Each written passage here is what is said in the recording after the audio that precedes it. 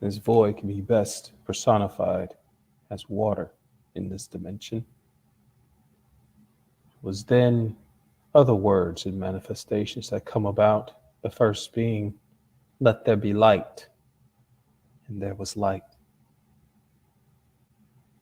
Soon came in this supreme intellect and maturity the manifestation of the earth to separate land from the waters.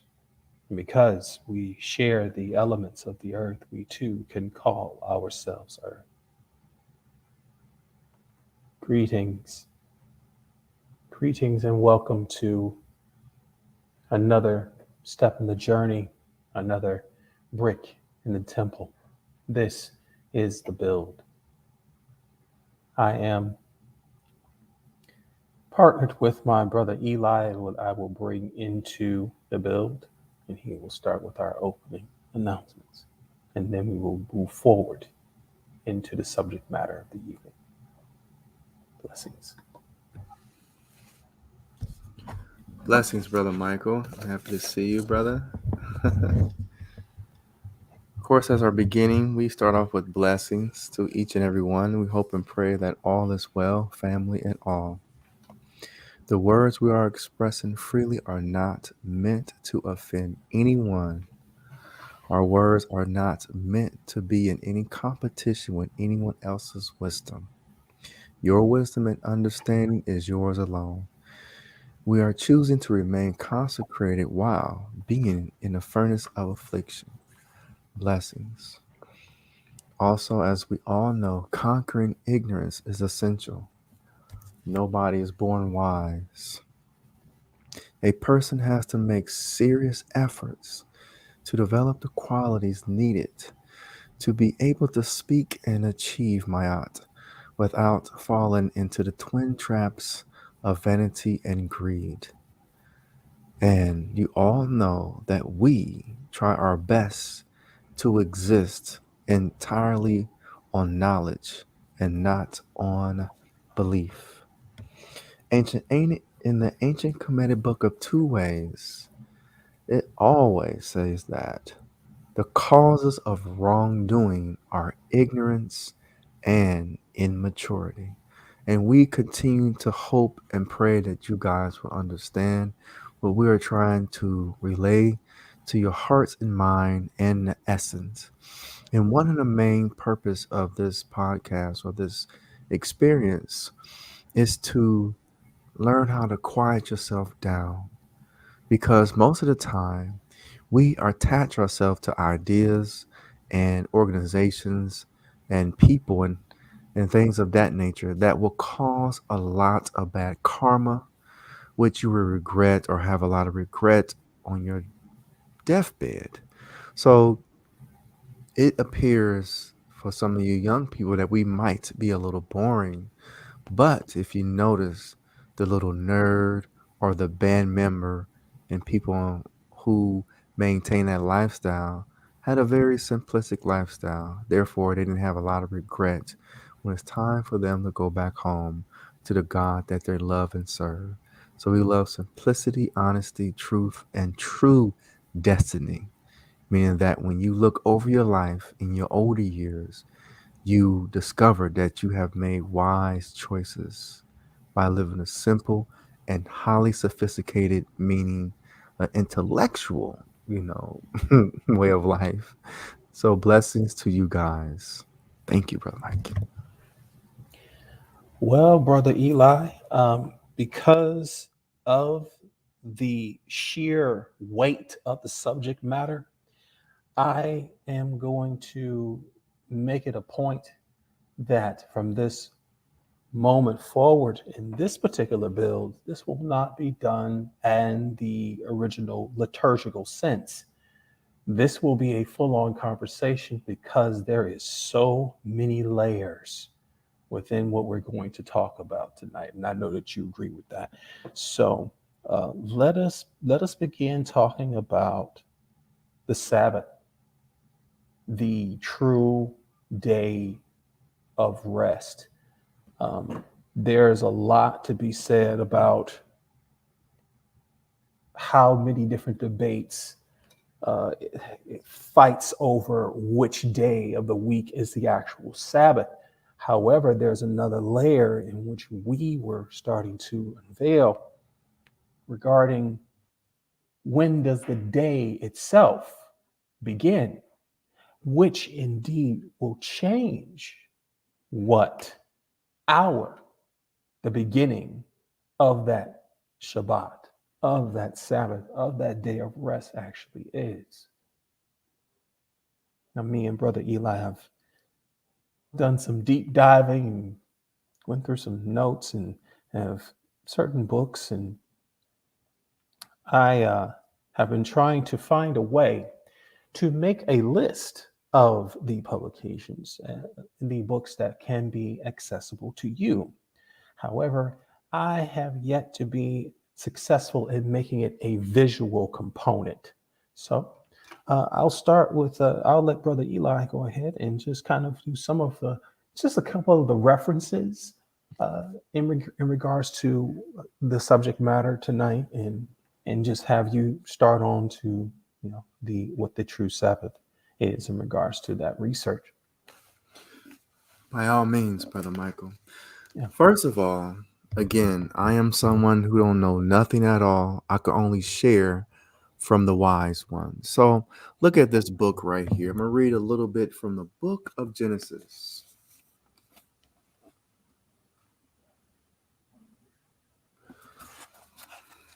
So when we read, we're going to go into, let me see if I can pull over just a little things, a little backwards.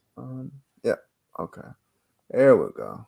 So I'm going to read what the book said about the creation. Get my hands on No, it. you're fine.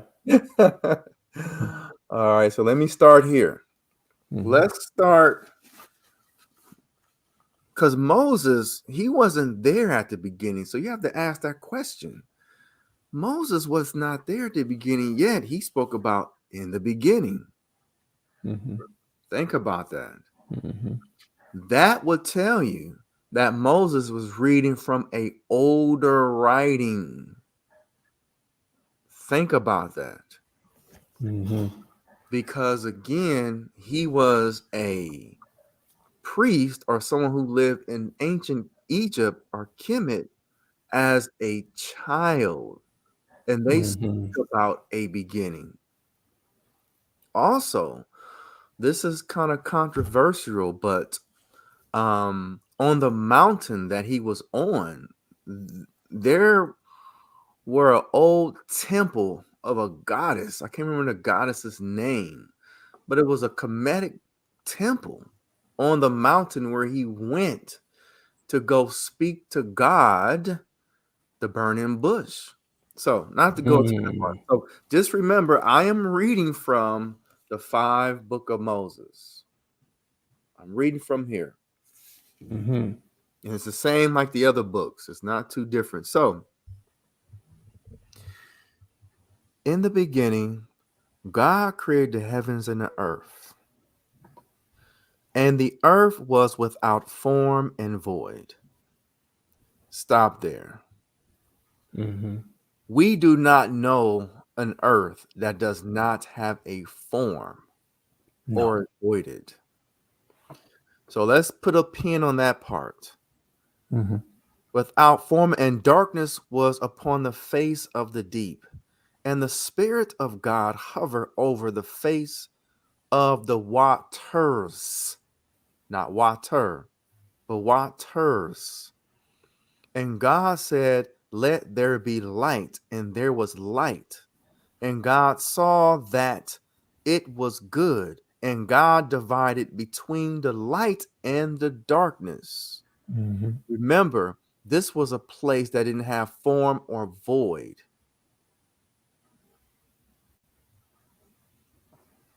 So Mhm. we see there was darkness upon the face of the deep, and the Spirit of God hovered over the face of the waters. And God said, "Let there be light." Really think about what is going on right here. And God saw that the light was good. So,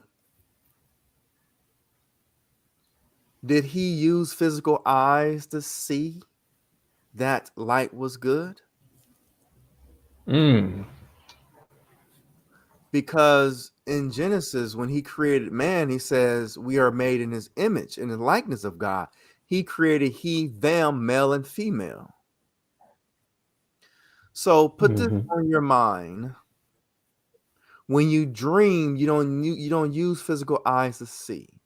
You don't use physical ears to hear, nor you use the vocal cords to speak.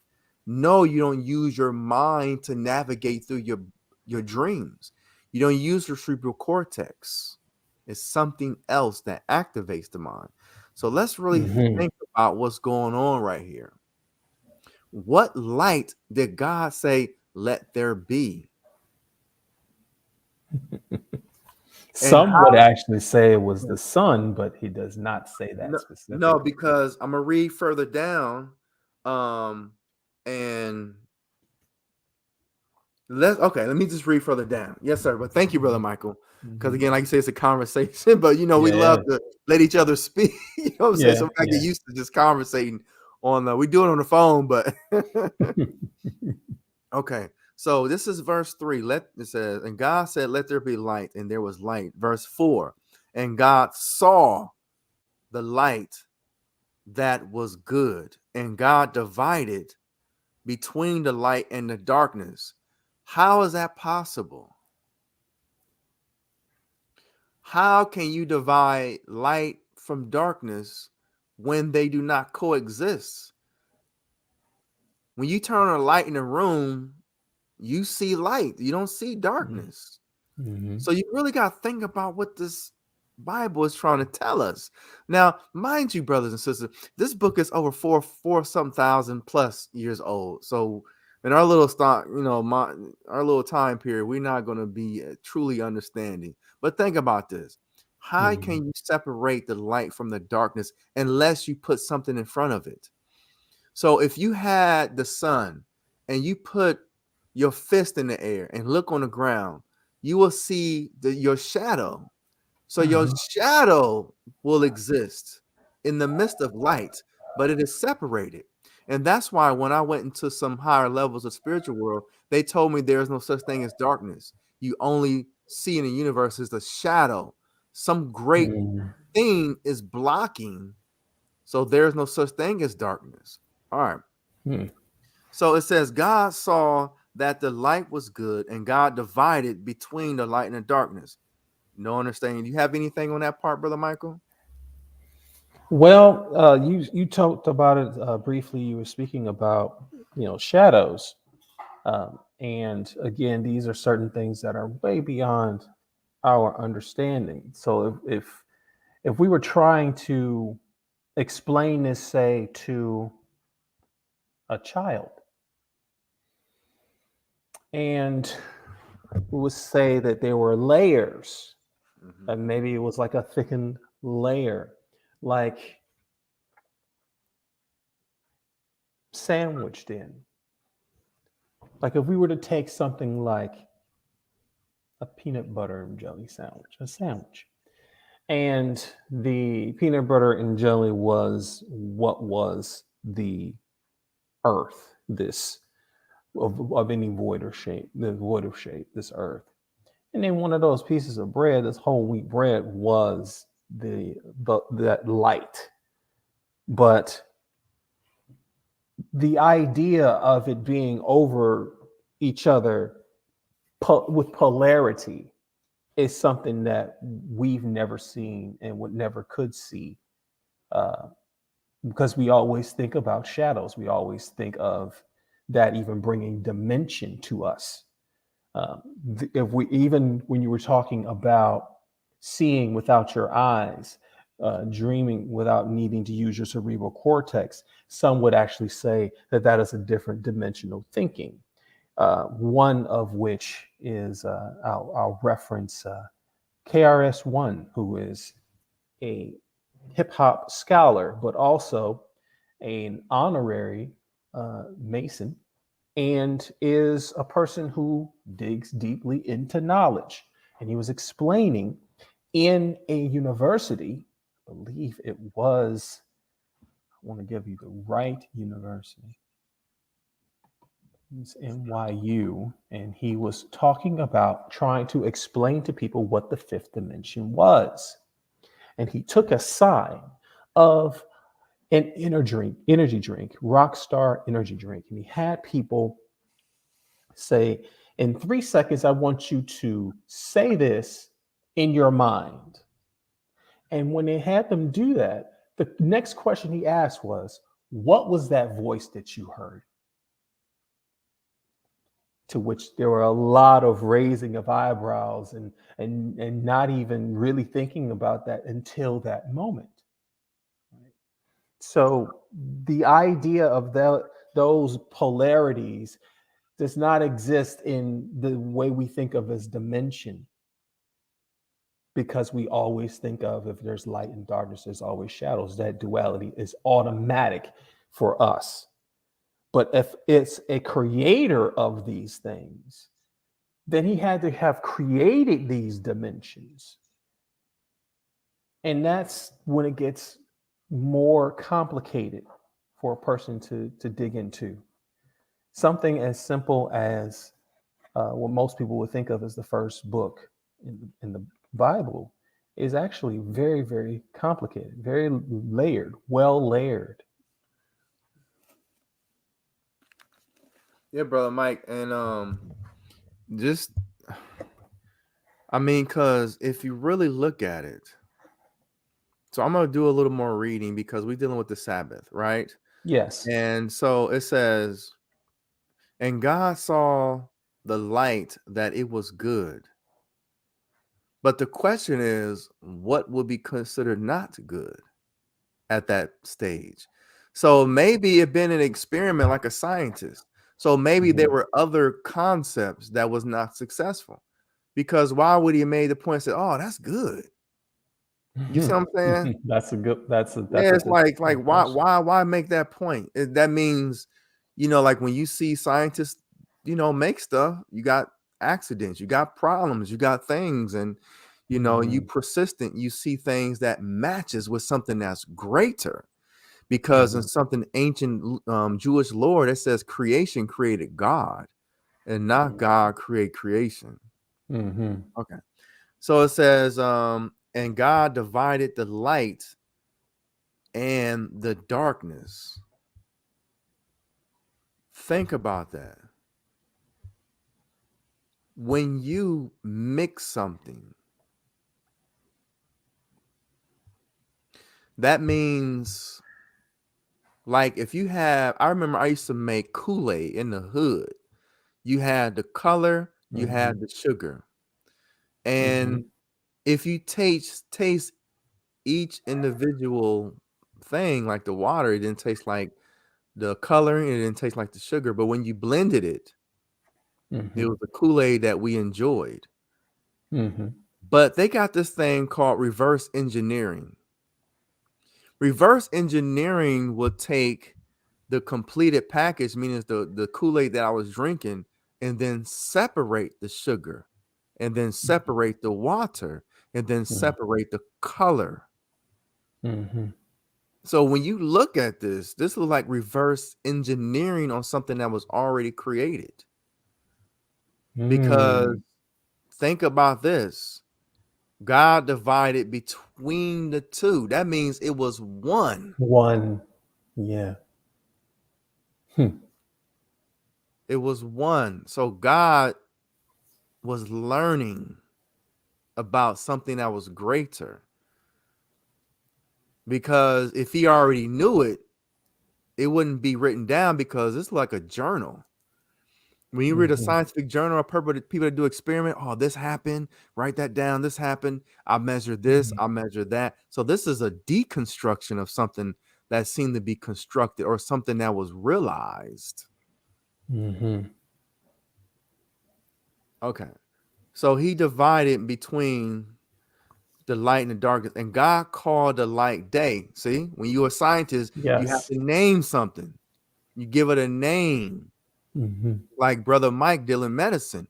And medicine, it can be one word, but like oses and the suffix and prefix, they have many names to something That's that was wrong. correct. That's correct. Give an example, Brother Mike, please. Okay, so anytime that you see the suffix itis, itis, that speaks of inflammation. Okay, art is dealing with bones and or joints. So when you see the word arthritis, arth, Mm, or itis, is the inflammation of your bones and joints. This is how all of the medical terminology is done.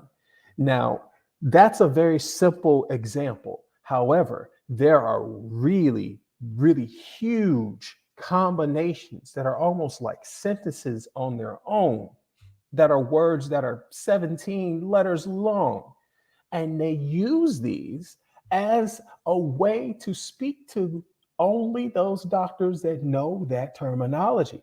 Again, we perish because of lack of knowledge. So that when you have all of these different chemicals that have these long mm. names, they know you're not going to read them. They know you're not going to look them up. And you'll go ahead and you'll place them on your bodies, in your mouths, and have them in your daily lives, not knowing if they are detrimental to your health or not. Yes. And Brother Michael, when you think about that, that means they are telling a story, because when you read, we talking about medical terms. When you Yes. read medical terms, Brother Michael literally, for those who could understand what he was saying, when he broke it down, you can visualize something that is physical, meaning the human body, arthritis in the human body. So when a Yes. person is reading that, they are seeing in their mind's eye things unfold. Yes. And So that is not a three-dimensional thing, because though I said it, you saw it, your eyes were open, but nothing appeared in front of you. There was no dimension that appeared in front of you as you saw it in your mind. And there are some that would actually say that as I said that word, they felt it. If they experience arthritis in their bodies, they actually felt it in their bones when I said it that way. and let's add another note. I'm on a laptop. If I broke into the screen, I would not see Brother Michael or myself inside the laptop. If somebody opened my skull, literally, I'm looking at the screen, I'm looking at this book, they will not see pictures in my head of this Mhm. book or this mic. So think Yes, about what we're that's saying, true. brothers and sisters. We're really, diving into some stuff that we can enjoy. Mhm. Mhm. Okay, now remember, this is many layers. We're talking about how God create, not God didn't create, how God, I would say, observed and manipulated something that was already in existence. And doing the manipulation, God created concepts for he or in his peers can understand, like a Mhm. scientist.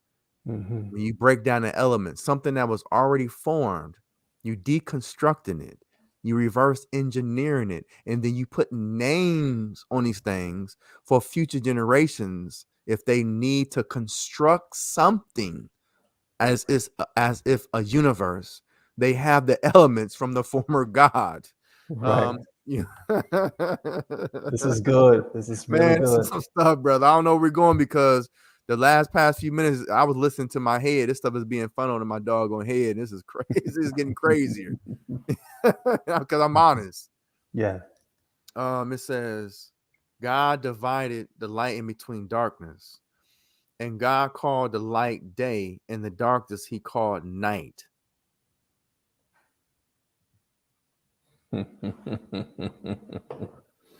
Just like a Mm. scientist, he put names on the process. He writing down his journal.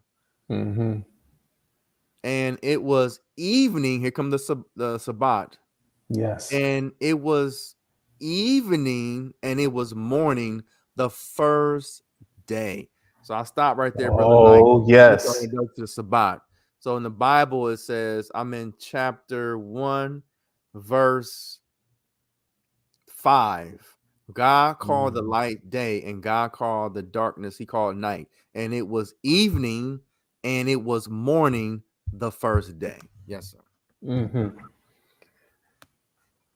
There's a reason why evening was written first and then morning written afterwards. And there are different type of builds in different cultures. One is called a midrash. Midrash is literally a build similar to this one, featuring all rabbis. And they all have these conversations about the Bible and how to interpret them for their culture. Speaking of the Jewish people, Hebrews. Now, what they suggest is that our evening is the beginning of the next day. However, in American culture, we are taught that morning is first and evening and night is second. That literally changes, it shifts time in a 12-hour span. So, if I really want to keep the true Shabbat, American culture is teaching us, in regards to the teachings that are the books of Moses, to be 12 hours late to our Shabbat. 12 hours late. And even more so if you go into other faith and religions, because the Baptist faith, Christianity will say that the day the Lord had made is Sunday as the last day, which is based upon your own calendars. If you were to go right now and click on the bottom right side of your screen, right where it shows your date of what today is, and go to its calendar. This is on your own laptops. Brother Mike, do you mean last day or the first day? That's exactly what we're going to Oh, clarify. okay, yeah, okay, sir. Yes. So I want everyone to go to their laptops. I want them to pull up their date and time and look at the calendar. The way it is written, the way it is placed on your own laptops. That's not me just telling you that it should be this way. You can go to a calendar app and it will show you clear as day that Sunday is on the far left, the first day.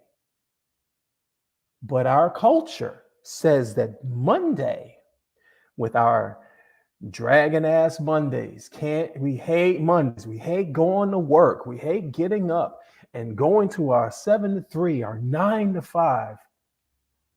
But we can't wait for Friday. We can't wait to get paid. We can't wait to go out and spend this money that we don't have with people, to impress people we don't even want to have around us, with a whole bunch of things we don't need. And then when we overdose of all of these different alcohol and drugs and dancings and everything on Fridays and Saturday nights, we want to go and repent for it on Sunday morning, the day the Lord had made. Here is the issue with that. If we're going based upon the timing, if we're going based upon the hours, if we're going based upon the calendar as it is shown in your own calendars, then that would make Friday night. Our Friday night is the Hebrew Saturday morning, which is the last day of the week, which is the beginning of their Shabbat. And that is a fact because on Friday evenings, Jewish people begin their Shabbat, their Sabbath. They are not allowing anyone to do any work from our Friday night, until late Saturday afternoon when the sun starts to set. Again, sun rising and sun setting. Very important. Very important. So, according to that timing, we are more than a day late to something that's supposed to be consistent as the sun itself, rising and setting. When the Jewish are honoring their Sabbath, their Friday evenings, that are their Saturday mornings, that should be ours as well. What are we doing in this part of the country? Are we praying? Are we reading our religious texts of any sort? Are we just, no, even if you're not a person who is considered a religious person, are you merely resting on that day? And whose work are you doing on that day? Is it God's work? I am not here to judge, but I would beg to differ to say going to a nightclub is God's work. I would beg to differ to say that having relations with strange men or women of which you have no prior relation to, this promiscuity and adultery and perversions of your temple, desecrations even of your temple, that is far from God's work.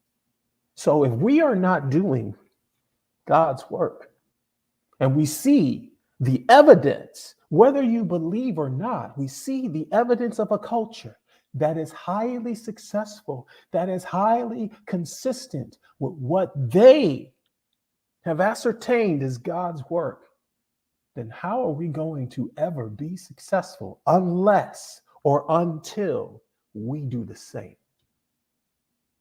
That is the huge question that we must ask. And even to begin starting a culture, a community, we have to agree unanimously that this is how it should be. Now, agreeing to do this thing, that is an individual thing because we're not taking away free will. However, we should have laws and rules and certain regulations of how we conduct our temples, how we keep them clean, how we keep them up, despite everything else around us trying to corrupt or disrupt the temple.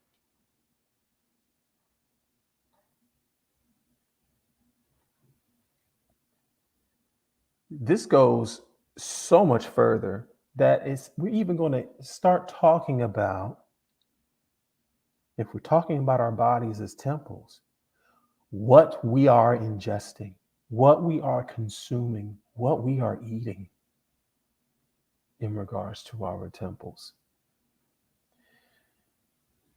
I want to start really briefly with the story of Hanukkah.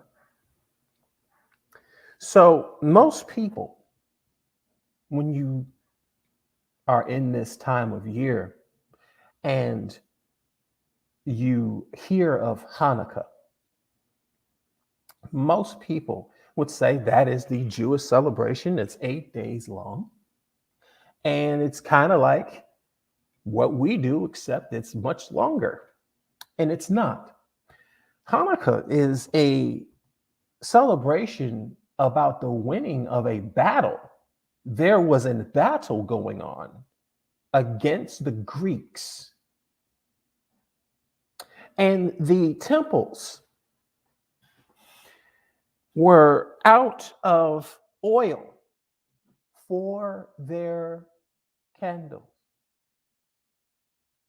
But for whatever reason, while the Jewish people were fighting the Greeks over what should be in their temple, again, the Greeks were, in their mind, desecrating their temple by placing pigs for the slaughter in the temple.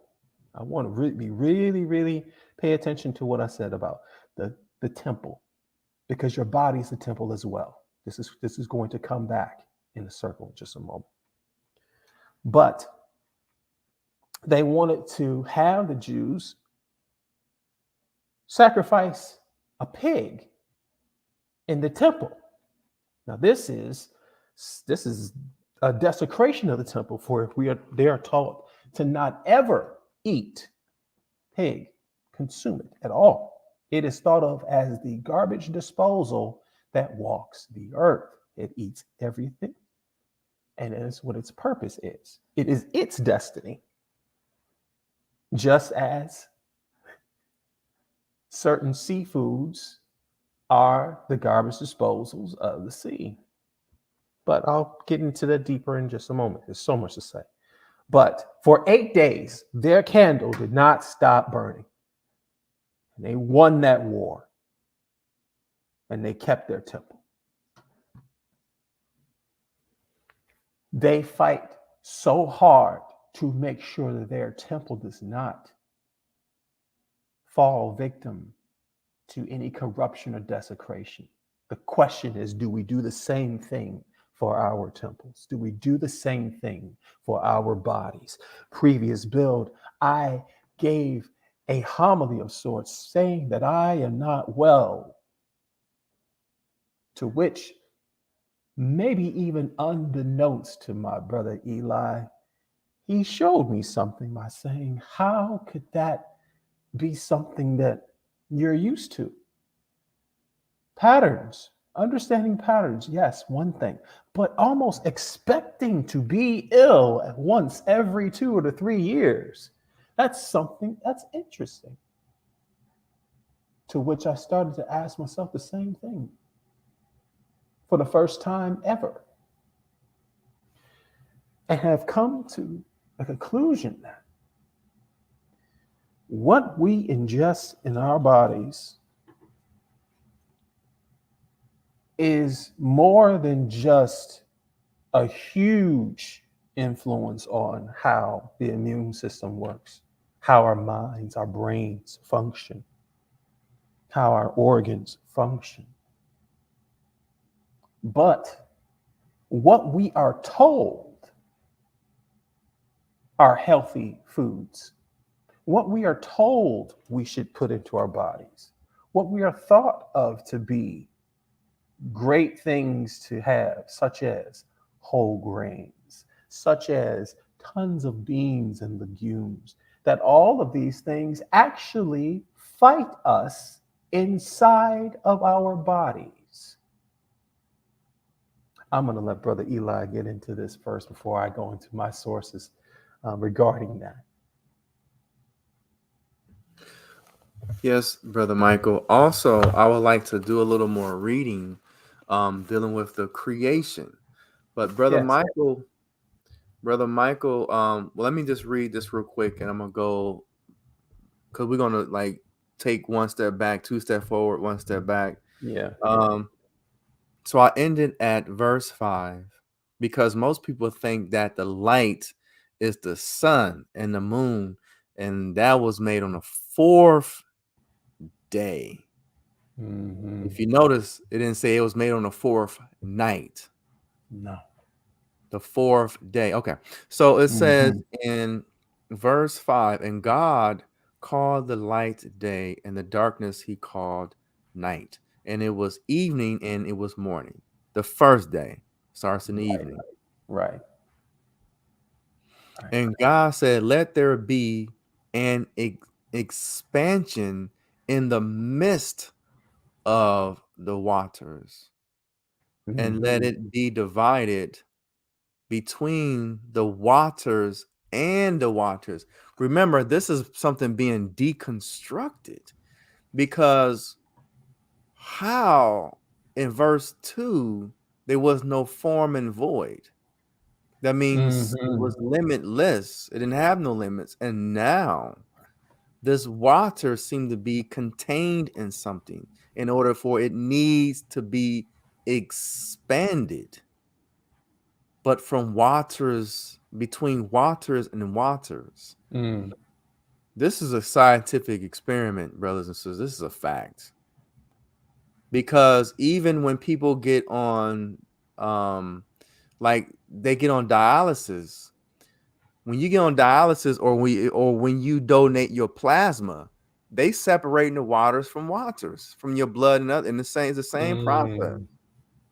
They separating the waters from the waters. Just giving a visual example, a realistic example of a process of separating the waters. Because when we look at the blood, we don't see plasma and all that kind of stuff.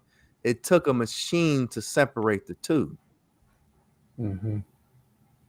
It took something already made to have the ability to separate the two. Remember, I'm talking about a creation that was already here. So they had to create something to separate the waters from the waters. Okay. It says, and God made the expansion and divided between the waters, multiple, which were under the expanse, and the waters which was above the expanse, and it was so.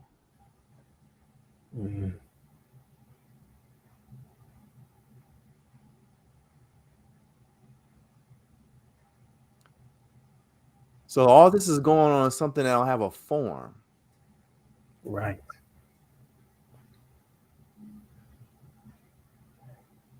And 7 again. I'm going to read 6 and 7 again. Let's really think about this. And God said, let there be an expanse in the midst of the waters, and let it divide between the waters and the waters. And I gave that plasma and dialysis example. And God made the expanse and divided between the waters. He made the expanse. So he put something in it to force the expansion. It didn't do it on its own. Like a scientist. So the machine made the blood plasma separate itself from the blood. God made the expanse and divided the waters. Okay, and under the expanse, the waters which were above the expanse, and it was so. So you had waters above the expanse and below the expanse in the place that had light and darkness, and didn't have a form or a void.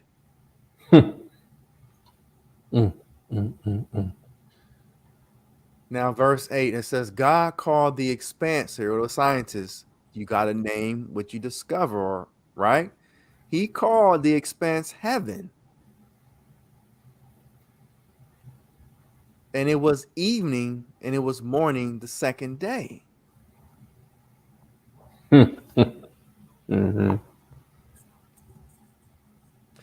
Verse 9, and God said, let the waters under the heavens be gathered together. So they expanded. Now he's bringing them back together in a voidless, a place that didn't have any dimensions. He gathered the water.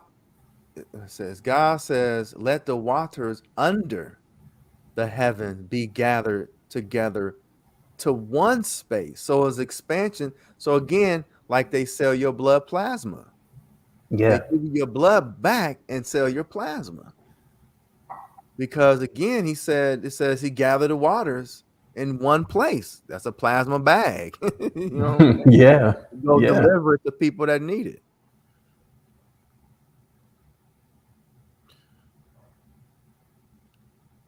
And let the dry land be visible, and it was so. Mhm. So we have a place that was formless, and this light appeared, and darkness appeared, and all these waters that God used, and then here come land. Mhm. Okay, here come land, and they Mhm. called the land dry.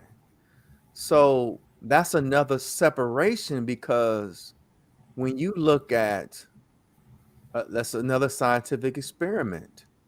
When you take, like, because I'm gonna use simple examples. Mhm. I have a distiller.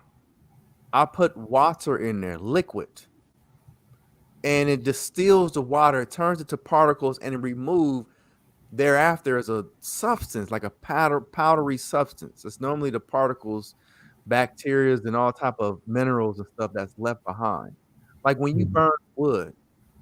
burnt wood, ashes is only things that was separated from the waters. That's all it is. They Mhm. removed the waters, and that's why people eat ash because the minerals there. But that's a side note. But anyway, so it says, verse 9, God said, let the waters under the heaven be gathered together to one place, and let the dry land be visible. And it was so.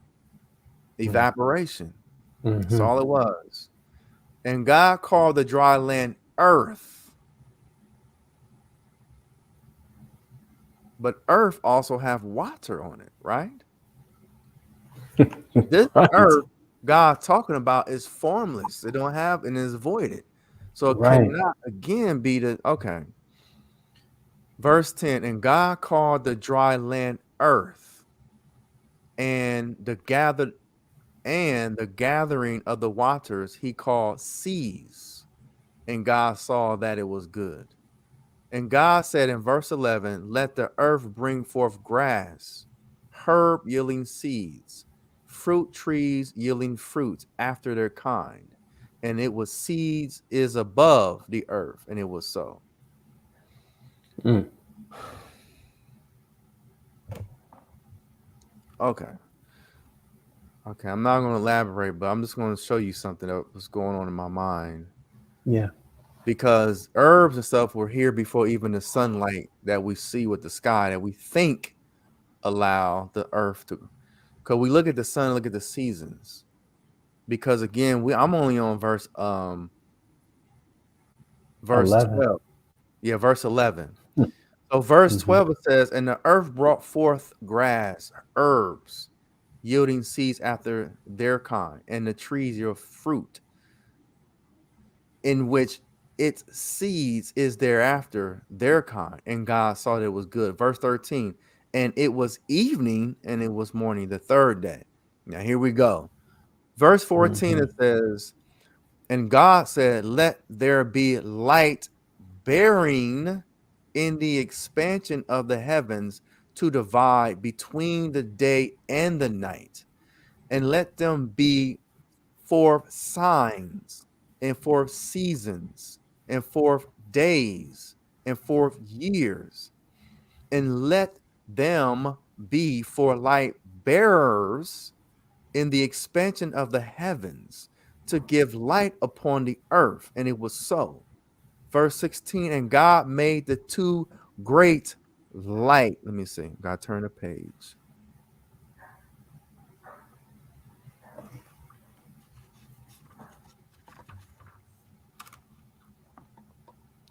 Bearers, the great light bearers to rule the day, and the lesser light bearer to rule the night, and the stars.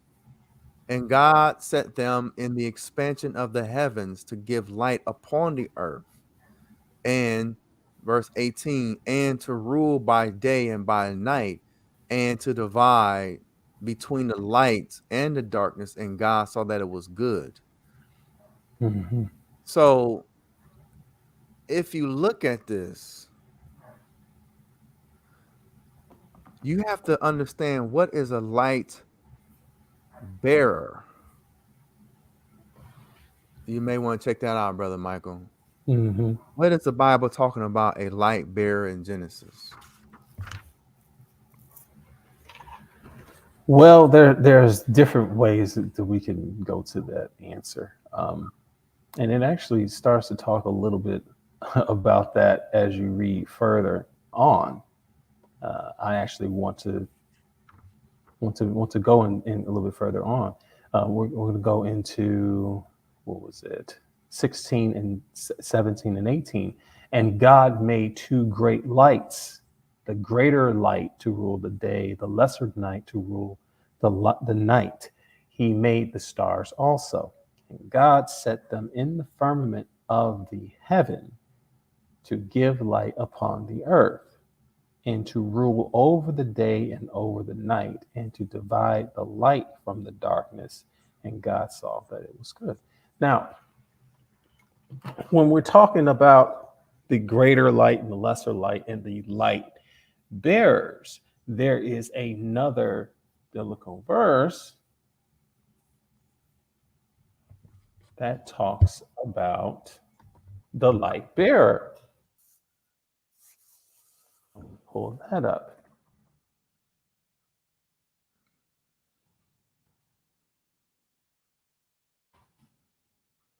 And most people know where I'm going with this, but there's some that won't. And I want to bring this to light, actually. So we're going to go to the book of Matthew, chapter 5, verses 15 onward. And it says, "If I make you light bearers, you think I'm going to hide?" Oh wait, let's get the other version. Let's get the King James version. Just a moment. See, and this is also the beauty of having an actual book versus trying to make those changes and go digital and find other ways towards trying to show masses this information. And we'll talk a little bit about that soon, about these revisions that ends up being made to accommodate people who are trying to say that they are here to obtain knowledge.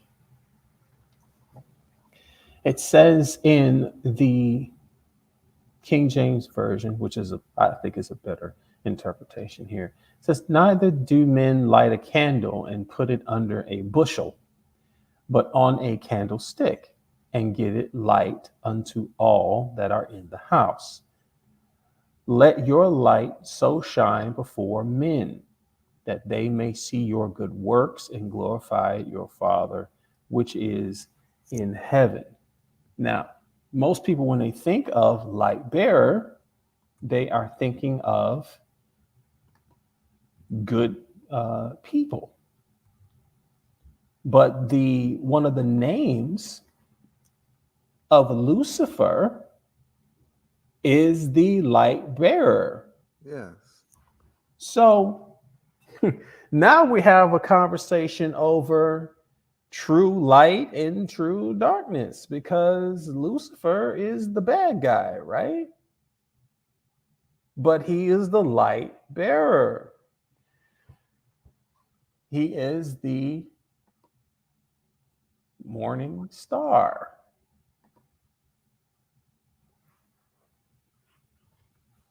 There's always going to be a debate in regards to that, a relativity in regards to that, because of how the teachings of Lucifer are when you go to certain congregations. If you even go to one that talks about Lucifer in the Bible at all, there is only one main passage that is used speaking of the light bearer, Lucifer. And it talks about him being the bright morning star. I'm going to pull that up too.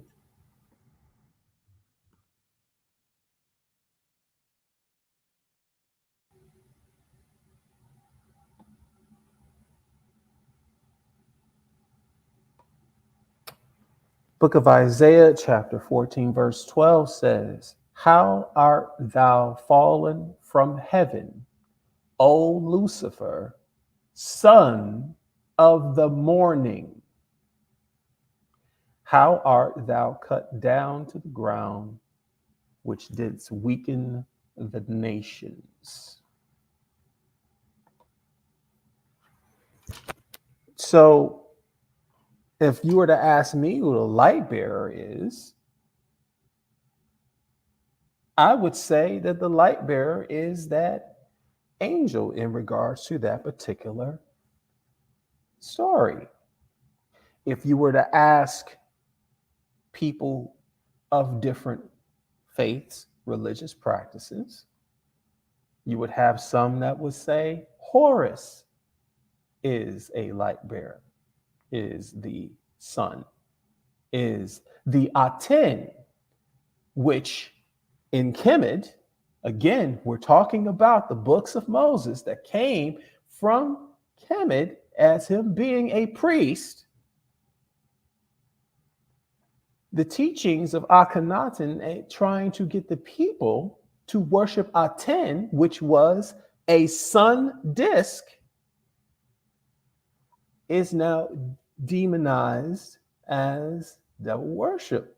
However, if we look in the Bible that we have right before us, we're showing by multiple verses that the sun, this sun that we're talking about, is indeed that light bearer, which is one of the names of Lucifer, who was the most beautiful angel and was cast out of heaven because he thought that he could be as big as God. He wanted followers for himself. This is the allegory. This is the story within the Bible. Now, let's bring this all the way back to what happens in the culture that says that the day starts with the morning and ends with the night, which is the complete opposite of what it says in the Bible. This is literally the indoctrination of a new allegory that puts worship not to sun as in S-U-N, but sun as in S-O-N.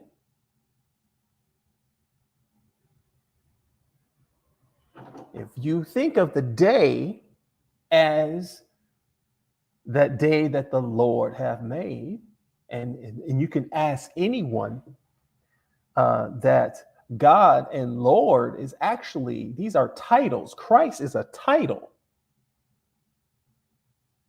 And any entity can answer to a title.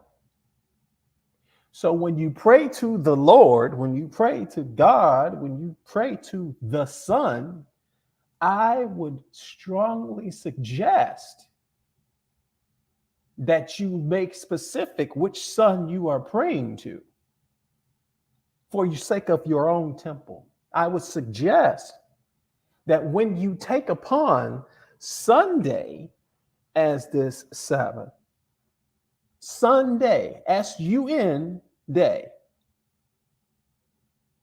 that you really consider which son you're praying to. Are you praying to something that is idle? Are you placing your energy into something that allows things as do as thou wilt shall be, the whole of the law? That is a quote from Aleister Crowley, who spoke very deeply in regards to this particular type of worship, and takes away what the true Sabbath is and replaces it with another one. Orchestrates humanity in something opposite of the first books of Moses. Now, me and Brother Eli have had build regards this and says that, a lot of the books after the initial one are always up for debate and could even easily be fought for until the cows go home, to where it becomes null and void based upon opinions and belief and not fact. Again, we are evidence-based. So, if somebody was to ask me if the first day of the week was Monday and the last day of the week is Sunday, and at that Sunday they're asking me to take rest, I would ask them which sun they were praying to. Not that I would be judging if they were praying to that particular sun. I would just like them to know who they're praying to, what they're praying to, and if they are consenting of that. For I do not want anyone to be fooled into thinking that they are doing one thing when they are actually doing another. That is a disruption of the temple, our temples, both physically and metaphysically. Remember, we spoke earlier about being able to think or have dreams without using our cerebral cortex. That is a way of showing and proving to me that the brain and the mind are two different things. Brother Eli spoke in a build that we've had, personal builds, in regards to the pineal gland. There was an image that I have yet to find too, brother, that speaks of the very center, the pineal gland, and that it is a light. It is a light. So it also made me dig into the Bible, thinking of it that way. Maybe the creation was not built in the 2-dimensional and 3-dimensional layers that we're thinking about. What if it was 4-dimensional, which is straight through and inwards?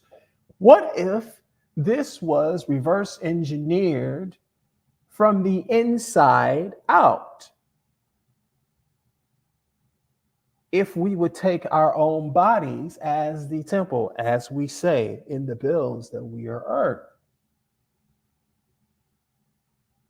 does the pineal gland exist as light before we have the covering over it?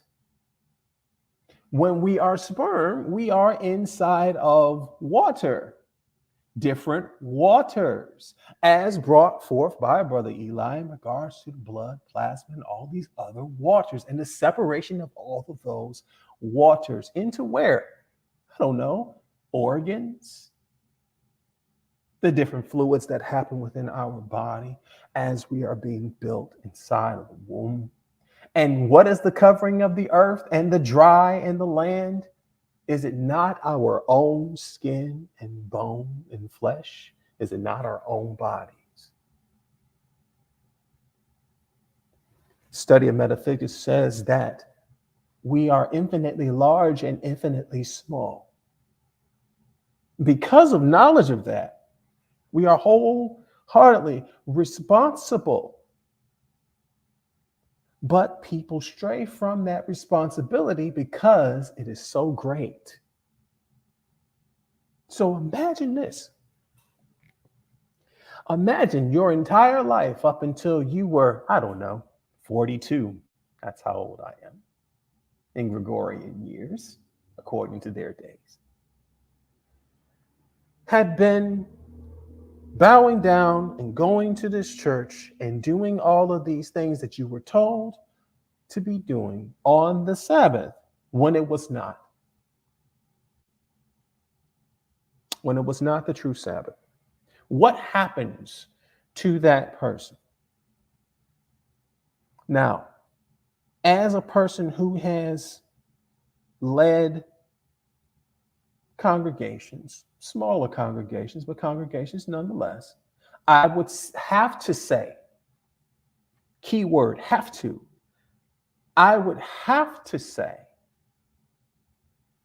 that grace comes into play. I would have to say that God knows your heart and that you did not know. And because of that, we would not put that against you. And if you repent now, then you'll be made whole again. That is the reason why, despite having a degree in Bible college, I do not preach. Because there's always this human error that is allowed to be in grandiose, acceptable in his sight.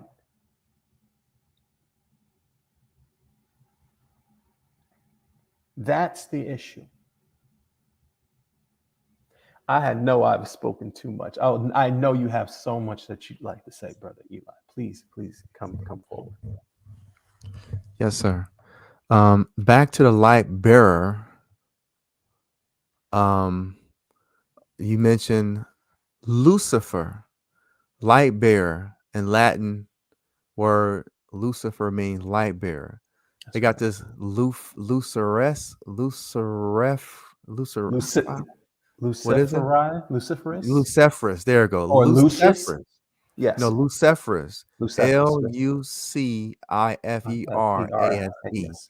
Yeah. It says a genetic term for the class of oxidative enzyme used for bioluminescence. Mm-hmm. Mm-hmm. Bioluminescence is what we see in lightning bugs Mm-hmm. and other forms that exist that does not need something to light it up to keep it simple. Mm-hmm. So the what's that word again? Luciferase is whatever Yes. it's. Yes. Lucifer. Lucifer. Okay, so it's an oxidative enzyme that produce a light naturally. Mm-hmm. Okay, so we got that part right there. So when we go to maybe having these ads just pop up. Oh man. More disruptions and distractions for So, the temple. so when we go to the sun, Mm-hmm. the sun is made up of hydrogen atoms that is compressed and fused together, which create helium. This process is called nuclear fusion.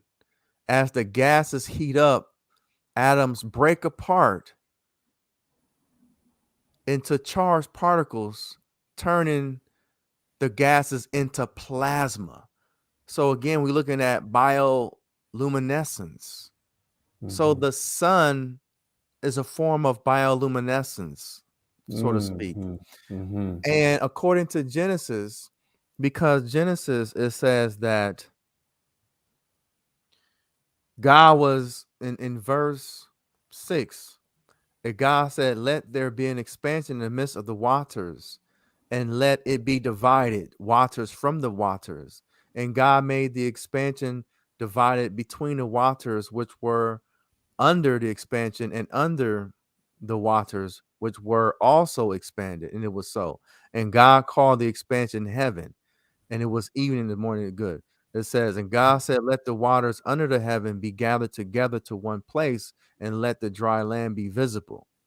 So when we see that, it says God called the dry land earth, and he gathered the waters, and he called the seas, and God said that was good. And Mm-hmm. God said, let the earth bring grass and yield herbs.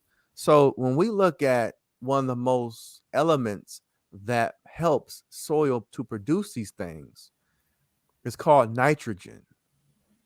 Nitrogen is a seventh element and is abundant, and nitrogen is abundant in our atmosphere.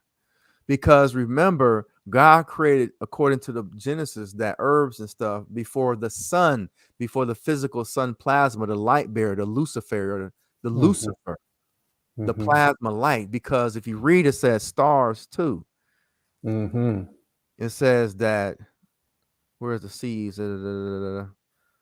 Grass and evening. It says 14, and God said, "Let there be light bearers, the plasma, and expand the heaven and divide the day and the night, and let them be signs for the seasons, days, and years, and etc."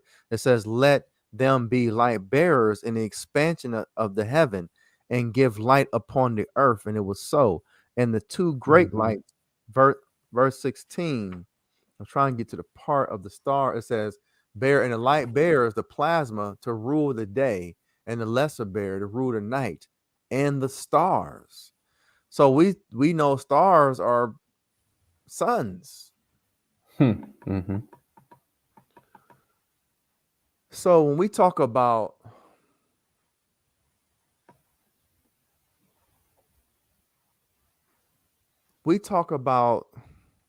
the Sabbath,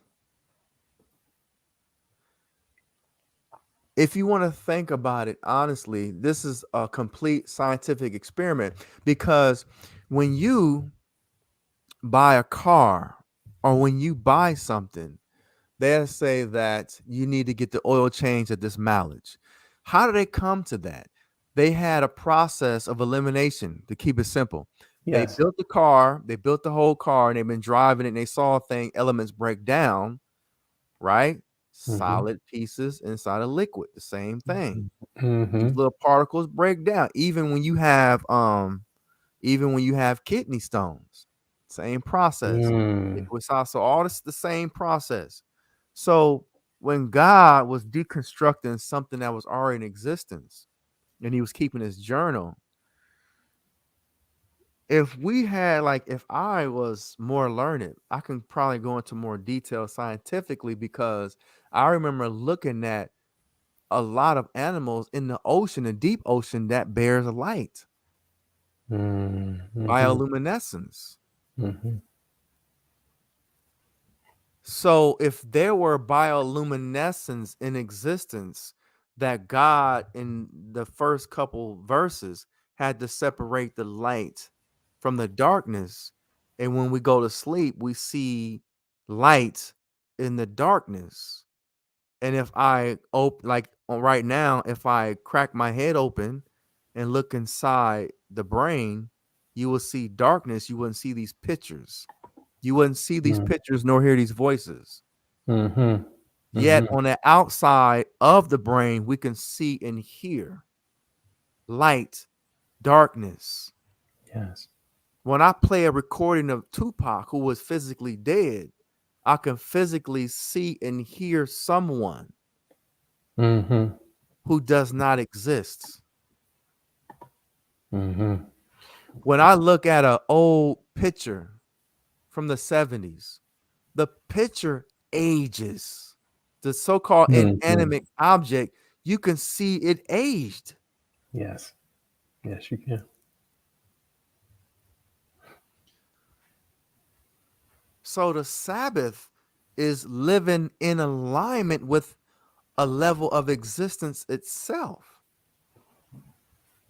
So if there is an essence that produces the grass to grow to leaves, because we know that the seasons are not about the temperature, because the leaves will still die and it's like 80 degrees outside. Mm-hmm. So the book of Genesis talking about a creation before the creation that we observing at this point. There is Mm-hmm. a harmony or a fume or a vibration that communicate to the plant life on this earth to tell the soil to stop the whole process of growing, because we see dead leaves even though it's 80 Mm-hmm. degrees outside. Yeah. Yeah. So there's again the unseen that supports the seen. So if we're going to live according to how the earth was created from a person who wrote the book who didn't exist at the time of the creation. Here I go with this. I don't because I try to. I Mm. looked at the other videos. I don't know why I start swaying. It gets weird. I had to catch myself. Why am I swaying? Because once I get talking, I get to swaying again. So I don't know what the swaying means. It- So if I'm swaying, forgive me. Maybe it's like Ray Charles or something. I don't know why when I get deeper it starts swaying. I start swaying. But just think about it. Vibrations are vibrations, and I believe Okay. that when you are speaking, when you are definitely saying things that have a prolific tone, when you're finding, it's almost as if the discovery itself brings almost a childhood like joy because Mm, we are wanting to seek so much understanding. Imagine a child when they know that you have just bought them their favorite toy and they can't wait to get to that right. favorite toy. What they'll do whatever they need to do in order to get. And for us, our favorite thing is acquiring this knowledge and becoming wise with builds like this and sharing this so that we can also, as we are teaching ourselves. That excites us. So I speak with my hands, and brother Eli, he does that vibration, that movement, that pendulum swinging in the other way because we are aging and we are literally in times where people are trying to completely dissipate and do away with this knowledge. We give reverence to it. So, yes, there are times where you just can't help yourself. You get excited. And I'd rather get excited about this knowledge. I'd rather get excited about learning about the world, learning about the creator and how this creation should be than a check on Friday night or a nightclub or whatever the most strongest alcoholic beverage I can consume. Just me, just saying. Go But ahead. it does say God will hand you over to a reprobate mind because you got to ask your Mm, question, why do you do things? What on the inside will incline you to do such a thing? So mhm, let me go a little bit because I know when I speak, my mind is working faster than my mouth. mm. So just remember, brothers and sisters, go back to Genesis, Yes. the beginning, and read each part before we got to the Luciferian part, the Mhm. bioluminescence. Go to the layers because we did build on something. So when I Yes. start going into it and it seemed choppy, it's choppy at this point, but that's why you have to go back to the beginning to get why I was speaking about the things I was speaking about when it comes to how the Sabbath starts in the sunset, not when the sun or the plasma or the Lucifer Mm, is mhm, laminated. Because mhm. the book of Genesis talk about a light that was before that Lucifer or the sunlight that we can visually see. Yes. So I was proving the point when we walk outside because a lot of us, even myself in the beginning, I thought the seasons changed via temperature, meaning that we Mhm. thought winter means it's cold, but winter does not mean it's cold No. because again, you can see it about 70 or 80 degrees, but the leaves are still dying. So Mhm, something else was shut off or shut on. mhm, So nature is responding to something that is unseen. Like again, you cannot see my face. I cannot see my face if I look inside my brain at this very moment. mhm, So there's many layers, there's many dimensions. Another thing that I thought about was this.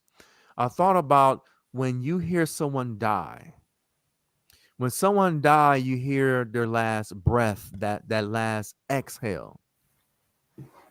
And they also told us that we receive our oxygen from the leaves from bushes and trees.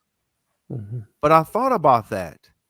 I said, how is that possible that we receive our oxygen from trees, photosynthesis or whatever, but when someone dies, we say they go to heaven, they don't go into a tree leaf. Hmm. Hmm. That's a good When one. you exhale, because I literally was in someone's eye. I worked at this senior home. I was looking someone eye to eye when they died.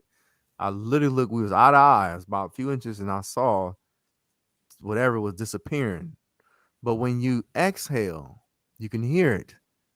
And like Brother Michael said a few casts ago, that you can weigh it. Yes, you can. So if we are breathing only, if we only breathing oxygen that supposedly come from trees, why when we exhale our soul, because we exhale. When we are Mm-hmm. born, we inhale because Mm-hmm. we are born without the air. A That's right. baby is in a liquid, a fluid. Mm-hmm. Waters in the waters like the Bible, Mm-hmm. because a womb is engulfed in water as well. And Mm-hmm. then the sac the baby is growing is inside of waters. Mm-hmm. But the baby is alive. Mm-hmm. Some babies are even born inside of a little tub.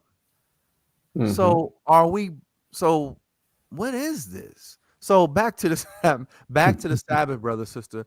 I think is learning how to be in alignment. I think that is the gift.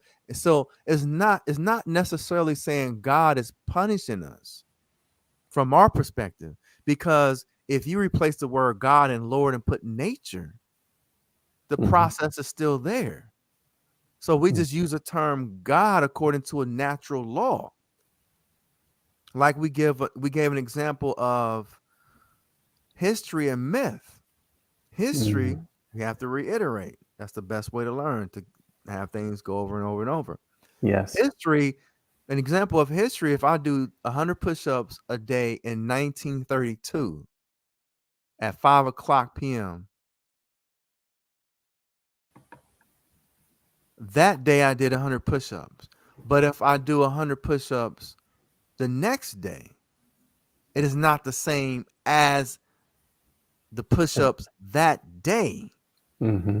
History happens once, but myth is, if I do push-ups in 1932 for 60 days straight, 100 push-ups 60 days straight, I'm gonna receive some more strength. Mm-hmm. So if I do push-ups in the year 2022, 60 days straight, 100 push-ups a day, I'm gonna receive strength. So myth doesn't have anything to do with, or natural law doesn't have anything to do with that particular moment. It will continue to exist. So when we're Mm-hmm. looking at the Sabbath, Sabbath is not Jewish, it's not religious. It don't have anything to do with a God, for say. It just happened is teaching us to be in alignment with a system that supports the physical world, like true north, like the earth Mm-hmm. ley lines.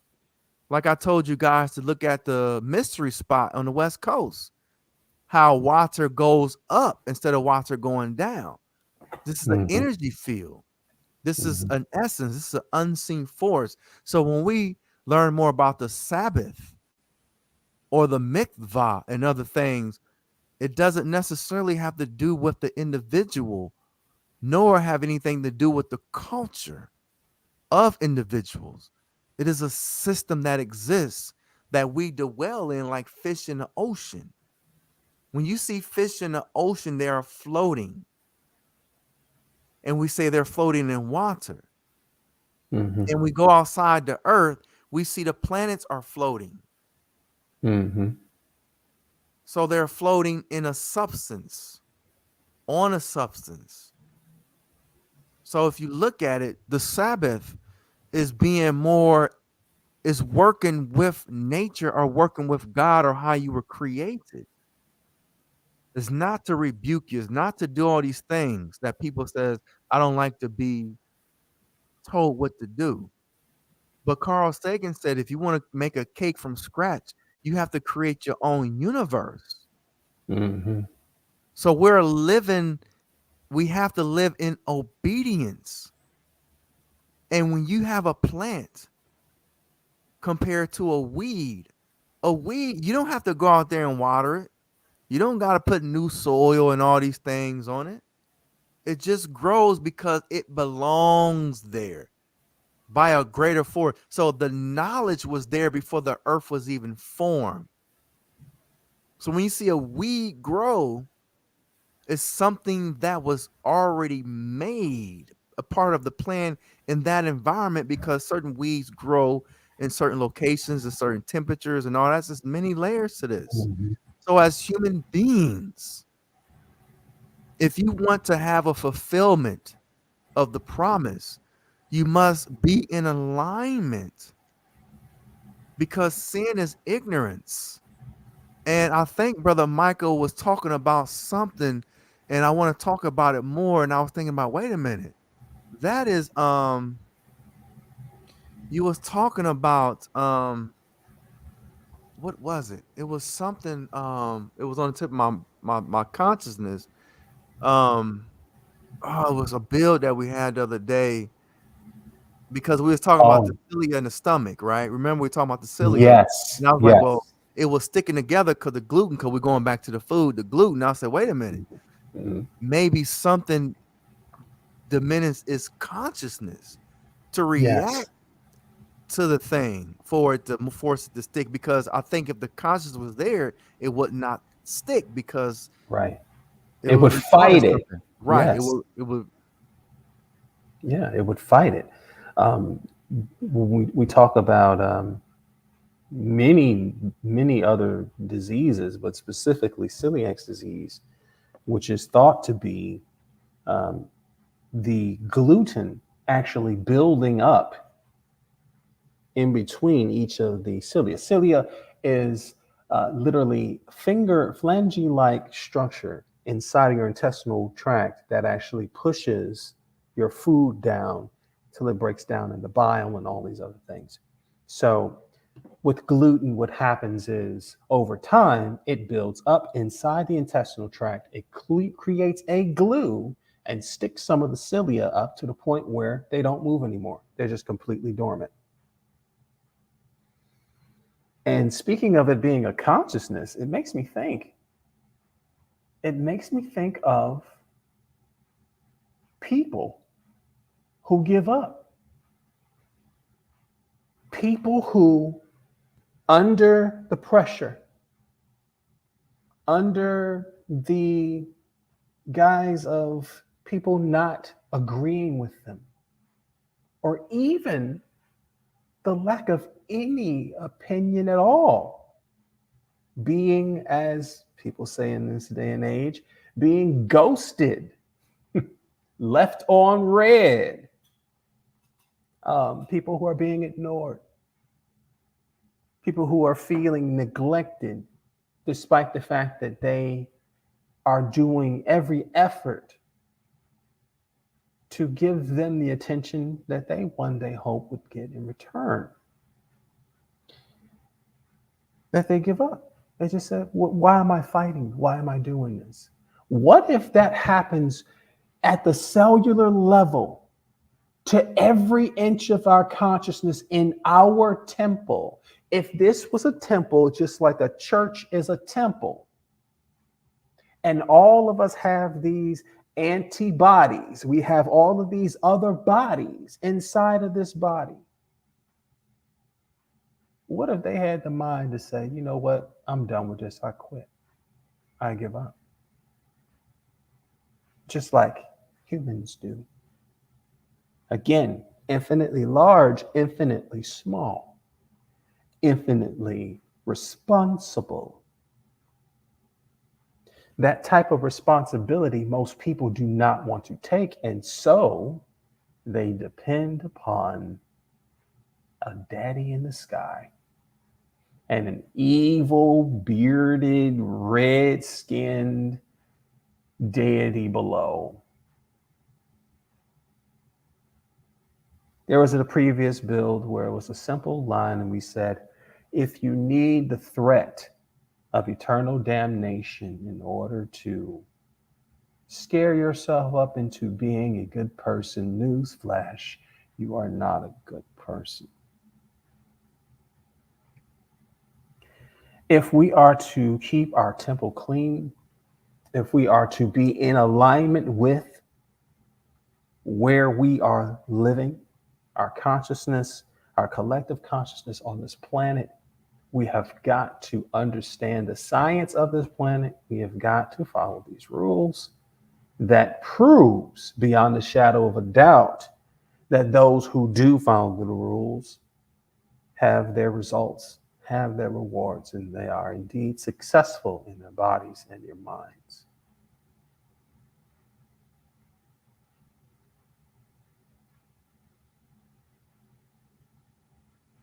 Brother Eli, looks like you are doing some more deep diving.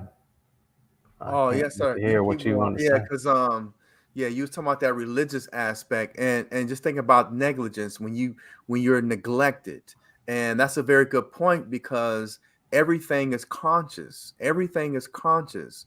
Even when you talk to your plants and show your plants visual love, when you do, it grows. Like perfect Mm, example.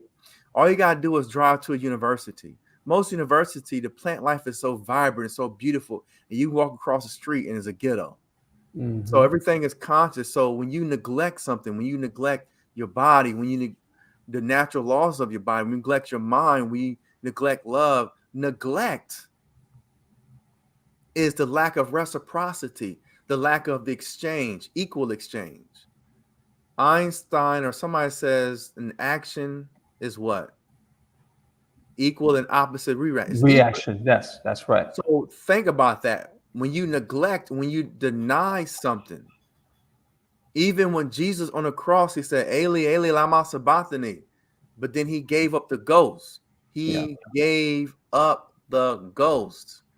When God in the book of Genesis, God lamented for making man. Mm-hmm. Mm-hmm. The last person he walked with was Enoch or Methuselah, one of them.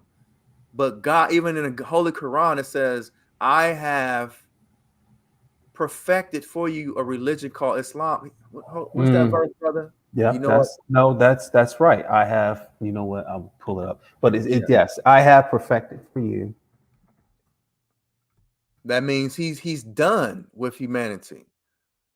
Yeah. Um, so if you after you look it up, I just wanted to read something dealing with the concept of religion and the Yes. neglect of something because the Sabbath, all the Sabbath is doing, is trying to align us back to the original lifestyle. Mm-hmm. That's all that is doing because we got this was it circadian rhythm? What is it called, brother? Yes. So we have elements where things work better. You have people who have arthritis that can feel when it's going to rain. Yes. There is a consciousness in everything. And back to the neglect part, when you neglect love, when you neglect, there is a death because there is no exchange. Mm. There are plants that sends out a frequency to bats miles away at night. Mm-hmm. And it calls these bats, and the bats come. So the bats are eating the substance, but at the same time, it's transporting whatever it needs to extend its life. That's correct. There is an equal exchange in order to have something to continue to exist. Mm. So negligence of all things, because Brother Michael and I earlier was talking about how health, about Yes. how we need to have some substance, like for example, when you have to supply, like I think brother he used the term not replenish, but when we talking about vitamins, brother, it was something that um Absorb. We're talking about absorption. not just absorption, but it was something when we take herbs and vitamins, what was it trying to? I'm thinking about. Well, I'll try to go through in the circle what I was talking about. Right. Uh, I was talking about absorption, but Uh-huh. the proper absorption uh, without corruption or disruption of our bodies. No, no, And no. But it was why? Okay, it was something about why we take vitamins in general. oh, because we do not get it from our foods anymore, because our foods are not the same as they were 50, 60, 70 years ago. Right, but it's a term that we use. It's something. It's a term that we use. Oh We man. we also spoke about agriculture and tilling of the field, and all of those things were against what, the true nature of how we were supposed to get all of our food, and that leads to the over, saturation of agriculture. Right, Um, but it was something about that 1 meal a day. Okay, we was talking about 1 meal a day, and I was like, wait a minute, 1 meal a mhm. day in the 30s are not like 1 meal a One day of the today That's because the correct. minerals and the stuff in the foods in the 30s are not the same as the foods, even though they look the same. But when you Yes, eat it, we don't get the same genetically nourishment. modified organisms and things of Right. that nature is what takes the navy bean soup that you would have in the 30s versus the one that you would have in Eat today, even though they 2022. look like beans. But brother, Absolutely. but then I brought in the idea, even a teenager, when they eating junk food with nothing, their bodies still grow and expand as if they Yes. were eating something nutritious. And I spoke about how people eat strange things like glass and cardboard, and they still receive nutrition Hmm. because they don't die on the spot. So Right. it was a word that we was talking. It's a normal word too. But again, back to the concept of neglect. Hmm. There is something more, because even when you have your first love and y'all talk, well, in my time period, we talked on the phone with wires and you went to sleep and you woke up and it's beep, beep, beep, but the phone is stuck to your ear. So I you didn't remember realize, you, that. you see what I'm saying? Because think about it. You don't need food to eat. You don't need water to drink. You don't need nothing when you're talking to that first love. You are in some type of field, but you're still in the same premise of your bedroom or your home in the neighborhood. Yes. But when you Yes. communicate and have that equal exchange between beings, Hmm. Hmm. these things doesn't exist. So when you think about love, love is the equal exchange between the two. Because Hmm. even when you have people who are physically fist fighting each other, right? Like a Hmm. boxer or a martial artist, they fist fighting each other, but there's a agreement between the two. So they go out Yes. drinking as buddies after the fight. That's So when right. you being neglected, so being neglected is death because you're not given the equal impulses or the response of something. Therefore, Sabbath is only helping us to be responsive to nature. Again, Mm-hmm. nature, the leaves don't fall because of temperature. The No. leaves fall because of resonance. Is something that's going on that's greater than temperature. And when you Hmm. exhale your final breath from death, we don't say that final breath go into the leaf as carbon monoxide. No, we do not. That's good. That's very good. That's very good. And it makes me think about how these things are, they put a price tag on them. For example, you can pay, again, ahead of the actual situation in advance, about anywhere between 5 to 7 thousand dollars more than you would for your average pine box to actually be placed inside of something that is decomposable and buried under a tree. But again, this is by volition, not law. This is a choice. This is a belief that's different. We're talking about evidence-based, science-based things. And when we speak about transference of energy, Have you ever heard of a person saying that they feed off of you? Your energy is so compelling, I can feed off of it. Spiritual vampires who feed off of you. It's almost as if it's real food or food for thought. All of these things have a metaphorical meaning, but some of them are quite metaphysical too. How easy would it be to fast with Jesus Christ if he was giving you so much knowledge in his parables that they followed him everywhere? Honorable Elijah Muhammad was getting so much knowledge that you didn't even think about. What was the Bible verse that says that you will not hunger nor thirst anymore? It's a Bible verse that Jesus actually says this to the people. That I am the living water. I am the daily bread. You will eat upon me and you will hunger no more, nor will you thirst. It's a very literal thing. And us being in this collective consciousness have actually helped each other through fasting in this very build. The discipline was made easier through this very build, through having conversations that are so thought-provoking, so enlightening, so awakening of something that is already in you. Again, this is education. Something that's already in you that we're bringing out.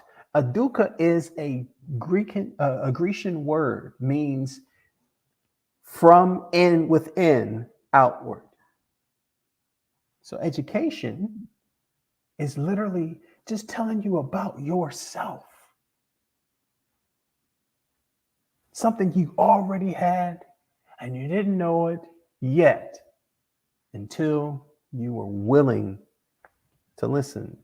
If that's not the most reverse engineering of intellect that you could ever give by example, I don't know what is. But we tend to digress a lot in these builds.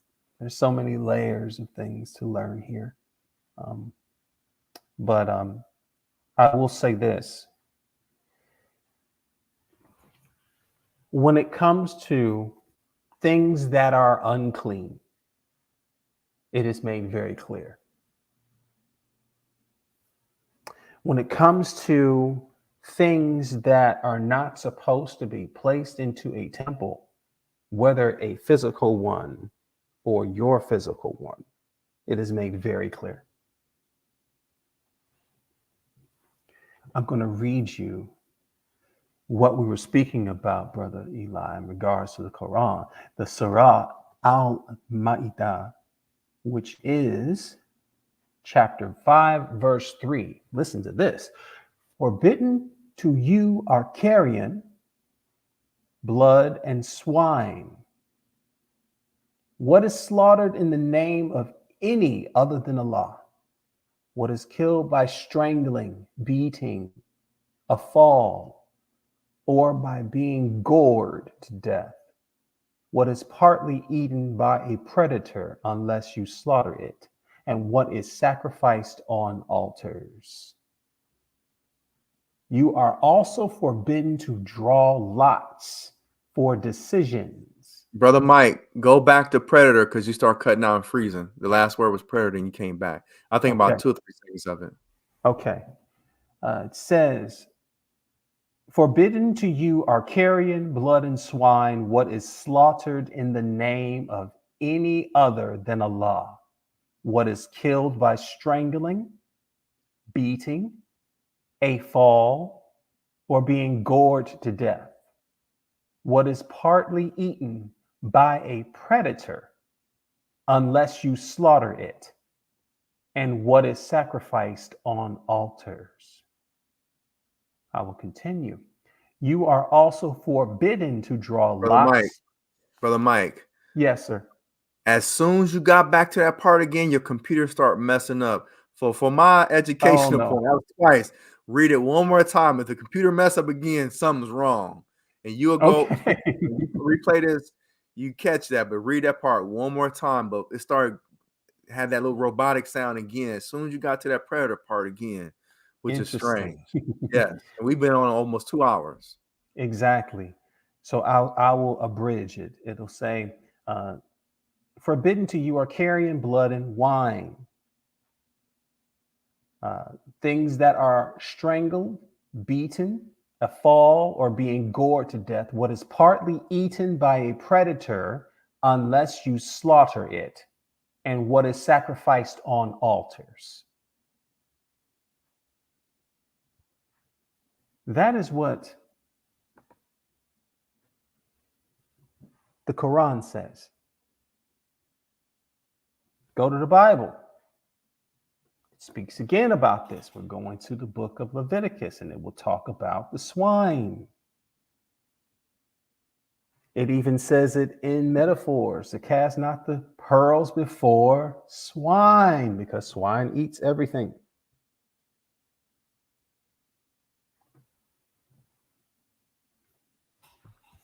You okay? It was choppy again, but it went. I could still hear clearly. You said Okay. swine and everything. Yes, sir. Yes, sir. Everything. Right. Okay. So there was a question that was asked, and that led to quite a deep dive for me and Brother Eli in regards to what we should be eating. Both of us being plant-based for a good period of time. And the answers in regards to the culture and faith and religion, they're all there. However, it also does not say anything about anything that's processed. And yet most of us who are plant-based eat tons of processed foods, which are actually more worse than the things that have been aforementioned regarding the Quran and the Bible. Now, I found it very interesting when I started to look up the facts regarding the anatomy of certain animals. When I learned that as a vegetarian and even a vegan for a time, that I was just doing the same thing that cows would do. I just take my source from the earth itself. And I thought that I was doing a mighty good thing. And then I looked up how many stomachs a cow has. A cow has 4 compartments that are big enough to be stomachs themselves in order to break down grass. Now I ask you, because I'm right here with you and I'm teaching myself here, ones that are plant-based, why would a cow need 4 cycles in order to break down grass when we only have 1 stomach? They have 4. Why is it that those who are highly into the pescatarian lifestyle, and they have, or Mediterranean, I'll say that because they include seafood, that there are fish that due to the going on of their genealogy, they lost their stomachs due to the acidity during that inception of that creature.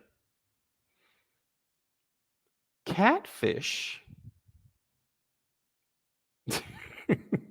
catfish don't really even have a stomach. They have everything feed off of their intestines directly,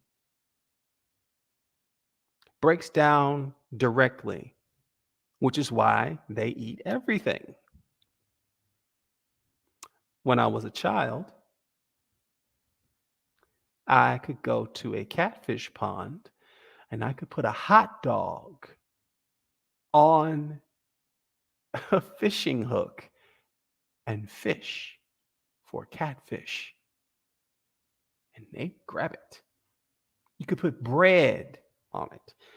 And this concept has passed on to changing the alignment of the world and the universe with teaching fish how to eat things that they are not meant to eat either: corn and soy and wheat. When I learned back with cows that because the eating of the grazing of grass and hay was so strenuous that they were broken down tums, sodium bicarbonate, tums, calcium bicarbonate into their food so that they could eat more of the very thing that they have so much difficulty breaking down for the sole purpose of being a fatter calf or cow for Brother the Mike, slaughter. make that a little more clear. You mean the Okay. physical tums that we eat? Make that a little more clear what's going on. Yes, Yes, the sir. physical tums that we eat is broken down and placed within their feed in order to make sure that their stomachs do not longer get upset while eating grass and hay. This comes from Dr. Stephen Gundry from a book that I encourage everyone to purchase called Plant Paradox. This is a doctor who has studied hearts, had done heart transplants for 25 years. He has been in practice for 50. He is in his 70s. Brother Michael, so you saying they don't supposed to eat grass and hay, brother? They are not breaking down grass as easily as we at plant-based people believe just eating the earth itself is enough for the nourishment of our bodies. So what are their natural foods then? Their natural foods are wheat. Wheat. And yes, so what happens is grass and hay is more plentiful. Wheat, the type of wheat, different species of wheat is too expensive. The wheat that we know is the cheapest. So they're fed. Grass fed is fed this particular grass that is too tough to digest. It's entirely too fibrous. They don't break it down in their first stomach. They have to go through 3 more cycles in order for it to completely break down into absorbable nutrients. Okay, brother Mike, I'm trying to get an understanding because I never heard this before. Mhm. Okay, they have, and also, brother, I want you to look at the intestines of giraffe, rhinos, and stuff. All the I have them, vegetarian yes. animals, their digestive system is not like ours. Period. I just want to put a No. pin on that point. Um, Yes. but with this Tums, Mhm. what do Tums supposed to do again? Tums is an anti-inflammatory that's meant for the stomach acid when it becomes too strong to weaken the stomach acid because it can cause ulcers. What will make the? 'Cause that's another thing we're talking about. We spoke about the in the intestines. Remember, that's another. Oh, yes, you're We spoke talking about the leaky gut leaking. gut. Right. Leaky See how gut. stuff is popping up. But I want Yeah. to stay on that grass. Okay, so So different certain species of grass, certain species of that is wheat. natural for the cows to eat. That's correct. It's not And being made anymore. Agriculture has taken over that and hold, replaced it with other types of grass hold on 1 second, and brother. wheat. Okay, because you're just sharing this. I'm just learning about this. Okay, so you saying that where are the cows natives at anyway? What country? The cows that we see with the little black and white moo moo, all that kind of crazy stuff. Where are they native at? No, well, here's the thing. Here's the other thing. There are at least 9 different species of cow, 3 of which, though we're supposed to have 12, 3 of them are no longer. They have gone extinct. There are 9 species of cow, but the main 3 that are used are really, really long scientific names, Yeah. We but don't they got to worry about the origin name, but but they originate in Europe, parts of Europe. We're talking about Ireland, okay. Greenland. So cows are not original No, because a lot of these places it's too cold for them to naturally grow there. Okay, they may have sheep and other stuff. I mean, not sheep, but the things with fur. Okay, so cows are not native to the United States. no. Cows are eating foods that's not native to their digestive system because Yes. we have to give them something on the outside because God created them with 4 stomachs already. But Right. we are putting because their natural process to produce this acid, Hmm. but it's making them sick. Yes. It gets even deeper, brother. It gets even deeper. The The Sabbath reason, brothers being in alignment. Brothers and sisters, yes, to sum this thing up, we are trying to just be in alignment. yes, yes, we are. Yes, we are. From the reason that acid reflux is as prevalent as it is because the acid reflux actually exists in the animal, and then we end up placing it in our bodies whenever we ingest milk or dairy products. We are what we eat, what they ate, in that order. If you are eating tilapia that is fed corn and soy, you're eating tilapia, corn, and soy, regardless of the fact that you did or did not buy tofu at your supermarket. We have so many examples. The evidence is here of so many different disruptions of our alignment with the world, with our alignment with God, with our alignment with the universe. There are salmon that are being engineered to not have pink pigmentation. They are white. They are not even developed. We live in a day and age where the other side of science creates the mad scientists that end up disrupting and taking us away from our alignment. Now, dare I say that the other name, the other nickname for Satan, Lucifer, is the mad scientist? Of course.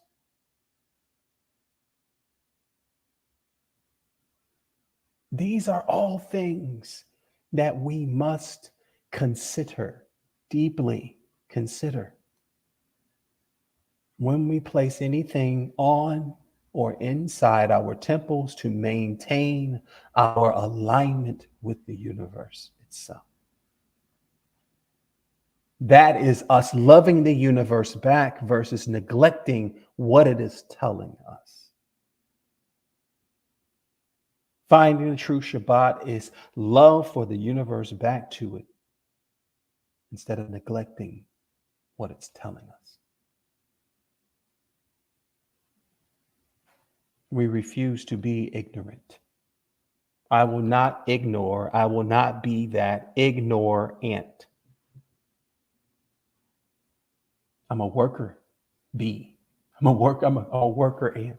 I am one of many that are in a oneness with a common goal to achieve. At least that is what I've always planned to be.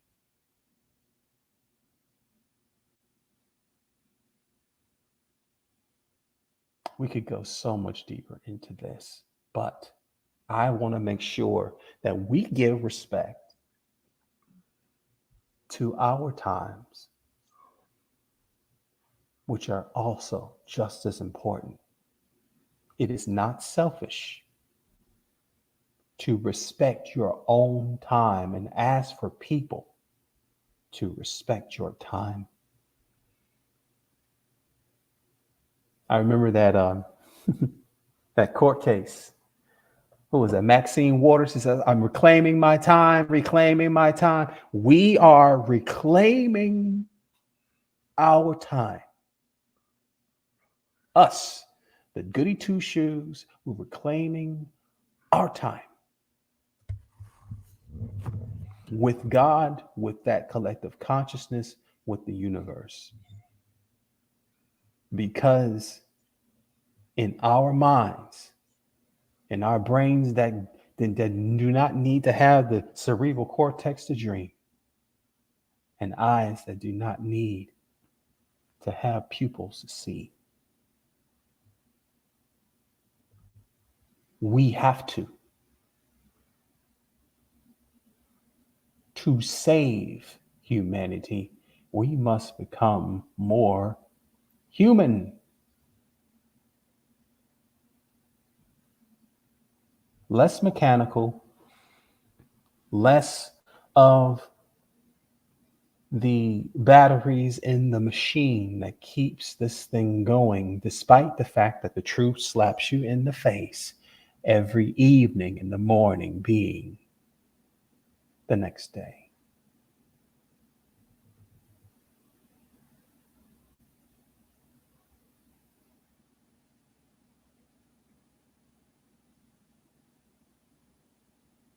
It deserves your time, people. It would love if you spent that time. The question is, in your own volition, in a world that says, "Do what thou wilt shall be the whole of the law," for you are light bearers too. Do you choose to love what loves you? Or do you choose to neglect it?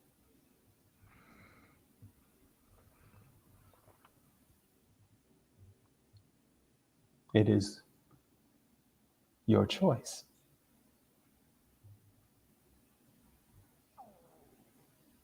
I know the choice that I have made. I'm sure that in the practice of this building, for it will always be a practice. Even doctors continue a medical practice. They're not ever masters. There's a reason why you get a doctor's degree after a master's degree, because you realize there's still more to learn.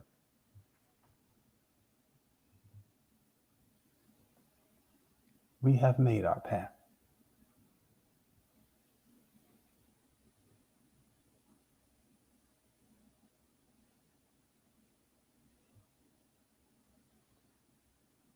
We just wonder if we're curious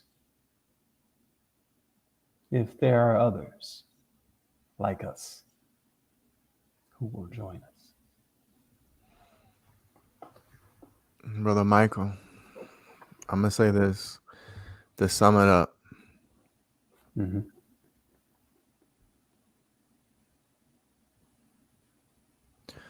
Obedience.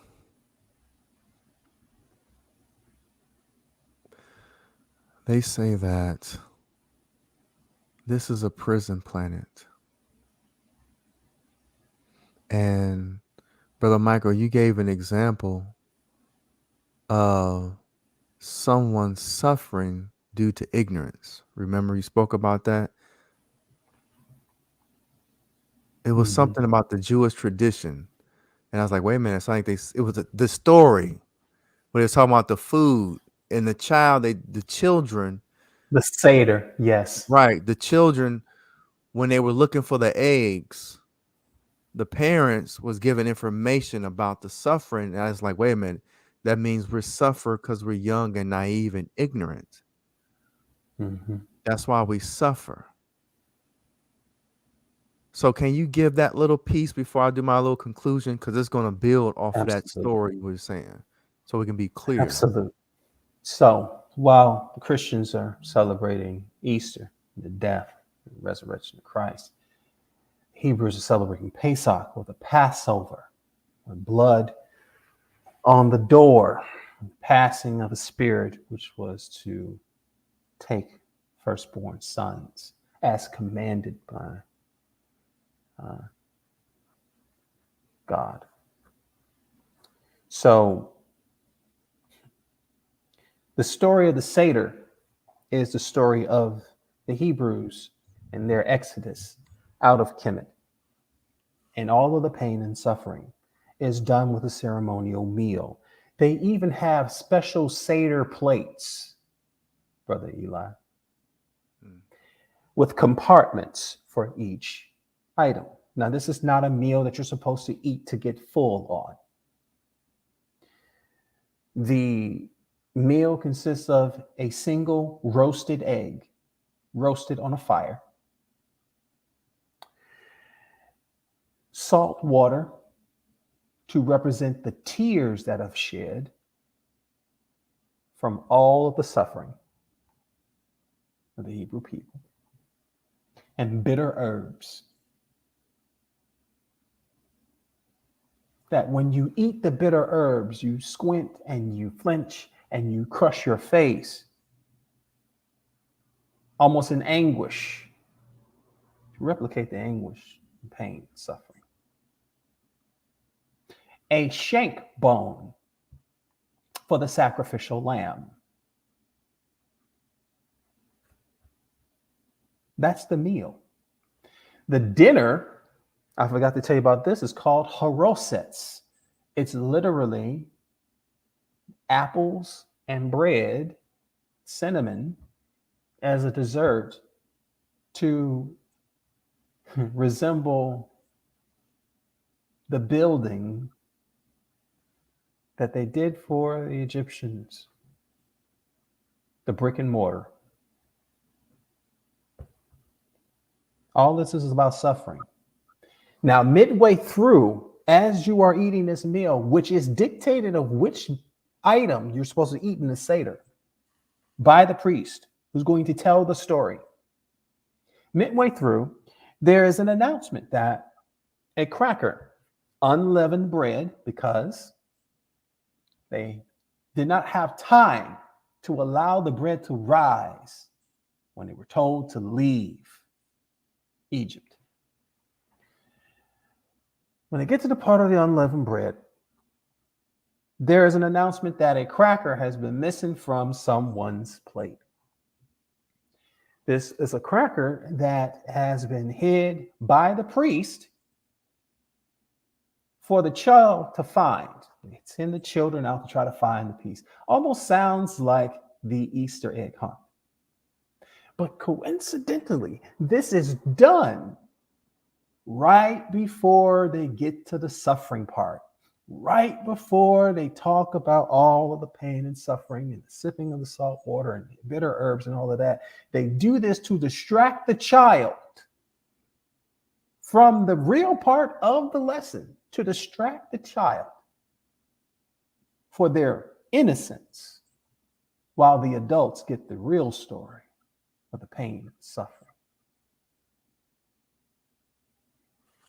Brother Michael, when they ate the herbs, it was bitter, but it was good for the cells in their body to sustain them. So the Yes. pain actually helped them it helped us to sustain them. Yes. So when you eat a donut, it tastes sweet, but it kills you. But if you eat a herb, it Yes. tastes bitter, but it heals you. Yes. So the healing, the suffering is actually healing something. Yes. I want to put that on the table. Mm-hmm. And the children That's good. who are ignorant, they were diverted to an illusion of fun. Like if you give a child have a dollar bill and you have a dime, the child will go after the dime because it's shiny, while the dollar bill have more value. Mm-hmm. So I'm about to share this with you guys, which is talk about the importance of obedience. And it's something I just learned just now. Being in alignment with the Sabbath or with God or with nature is a must. And this is not a game. The book of Genesis, chapter 6. I'm reading from the NIV, the New International Version.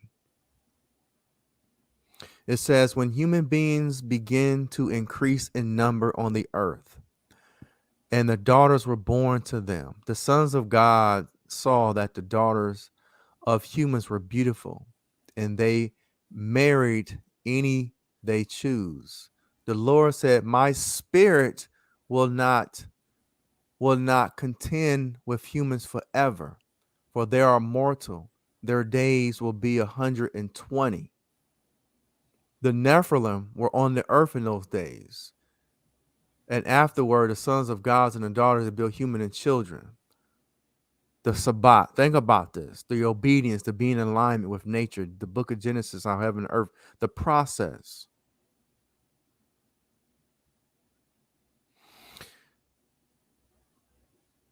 Human beings start increase in number.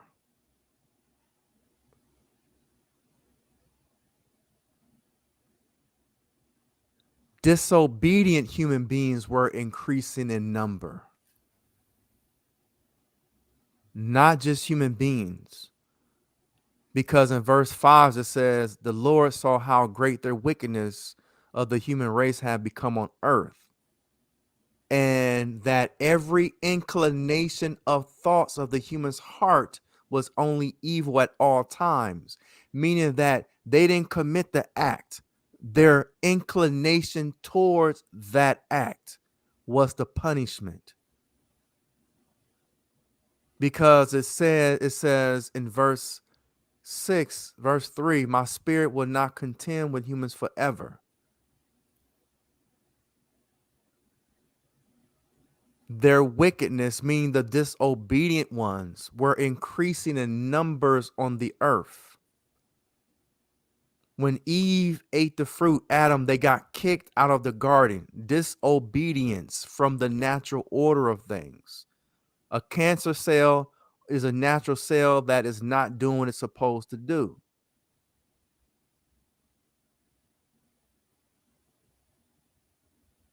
Verse 5, it says, the Lord saw how great wickedness of the human's race have become on earth. And that, because remember, in ancient Egypt, they had the feather and the heart. Mm-hmm. It says that every inclination of their thoughts of human heart was only evil all the time. Mm. The kingdom within God lived within you.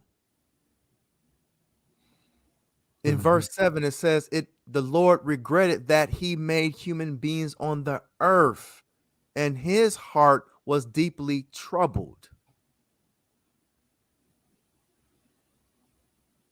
Mm.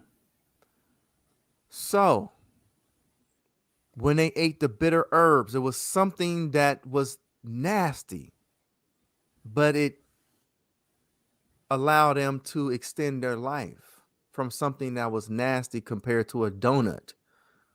Would taste sweet, but it shortens your life. Right.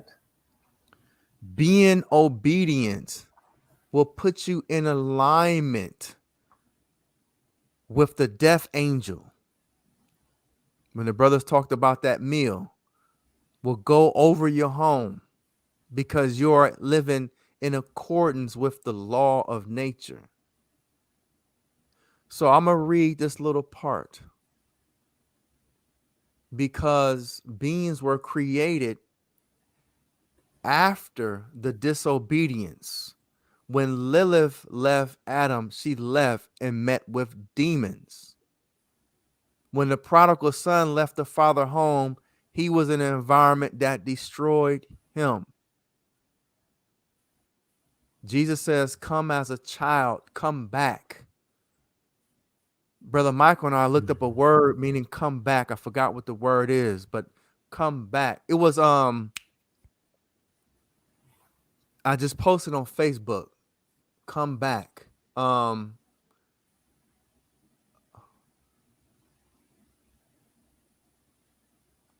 back. Here, let me show you. Mhm.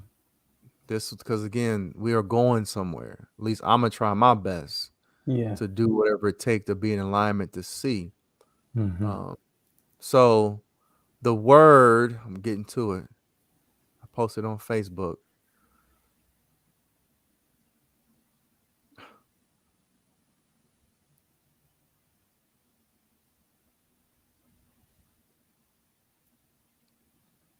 The word is, come on.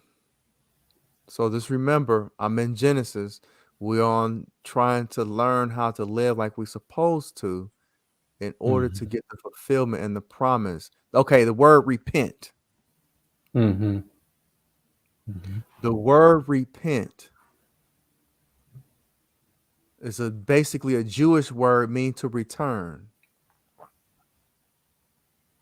I think it's teshuvah. Teshuvah. T-S, Yes. yes. To repent, to return. So back to Genesis. When human beings begin to increase in number, overpopulation, not just any old human beings, or Mhm. like cancer cells in the body, disobedient cells,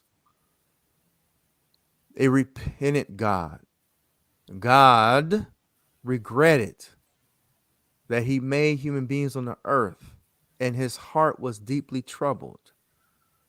I will wipe from the face of the earth the human race I have created, and with them the animals, the birds, the creatures, etc. Because there was no reciprocity, as Brother Michael and I was talking about. So let me go into the sisterhood of the Bene Gesserit, which I posted about not too long ago. I think is Missionaria Protectiva is a Bene Gesserit sisterhood, the black arm of superstition. They are responsible for sowing the seeds of superstition in primitive cultures so that the sisterhood could take advantage of them. Mm. When those seeds grew to the full-fledged legends, they were responsible for spreading basically the propaganda, or this is a Latin term, the myth, the prophecies, and superstitions to that culture. So basically, this is what it's saying. They created religion. Remember, to suppress or control, or like the children who got the cracker to be Mm. distracted, the irresponsible ones. The irresponsible ones are the ones always going to be distracted because they will cause more damage than they can repair. Mhm. So they created superstition to primitive cultures, and they are called religious engineers. These religious engineers spread infectious superstition on primitive worlds, thus open these regions to exploitation by the Bene Gesserit. And that prophecy word provide the opportunity for the Bene Gesserit to later cast herself as a guide or protector of some of the figures to fulfill the prophecy in order to manipulate the religion's subjects for protection or other purposes. Hmm. So you have people who go to primitive cultures, like, say, for instance, when the Europeans went to certain countries and they needed the minerals. Let's use the white man. The white man gave certain to the Native Americans. So you see this exchange for the ones who are ignorant or who are not living in alignment with nature and life itself. So therefore, God create like the white blood cell in your body. It would prevent those, because the white blood cell don't chase any cell. It chase after the bacteria or the cancer cell or the cells that's not in alignment, Hmm. who are active in destroying the greater organism. We are ecosystem in existence. There's a purpose. So brother Michael and I, we are trying to get more in alignment because we are part of the fallen.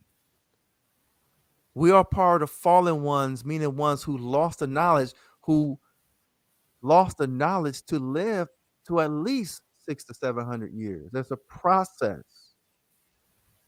And only those who are serious, like the one sperm cell compared to the other millions, will make it into the next physical life. Like the sperm cell made Hmm. a human form, while the other sperm cells died in the womb and they had consciousness. Hmm. So, brother Michael, I want to keep this short, this conclusion. So, all we're trying to do is to really learn how to live in the original state in the garden, because the Garden of Eden says they ate herbs and fruit. They ate herbs and fruit, and they only ate meat and other stuff when they got kicked out of the garden. And also, when you read in the book, in the Bible, when God took them out of Egypt, he tried them to get back to herbs and fruit again, the manna. But they wanted fish and meats and stuff. So God said in the Bible that I gather these fools up, and I'm gonna had them so much, they're gonna eat so much meat that's gonna come out their nostrils. It's in the Bible. So Hmm. eating the meat is a curse. Just like people think diabetes is genetic. Hmm. So when you are ignorant, you are a curse, you are an abomination on this earth. So when you are trying to repent, when you're trying to repent, teshuvah, you're trying to return into the graces of natural law, or say in the graces of God. Otherwise, you are going to be wiped out, because it says, I'm a curse the second and third generation in Hosea, because you lack knowledge, those who lack knowledge. Because Adam in the garden, he had to name everything. Even in the Quran, Adam learned so much, even the angels had to bow down to Adam. So when you learn, you can make seedless fruits. You can make all these things when you master nature. We are the vicegerents of God on earth, but we have to be in alignment, because the most smart humans, you see how nature destroys them. Look at all these scientists, something is ripping them apart, unseen, despite their knowledge, despite them having access to the best doctors and things of that. Something unseen rips them to shreds. They're not allowed to live to 110 and 12. There's a two-part system. Like the unseen plasma sun was made before the sun that we see, that sustains, or from our perspective, our ignorance, but sustains the earth, which it does not. So, brothers and sisters, you have this Bene Gesserit sisterhood that's supposed to create this Mahdi, the supreme one, or Messiah.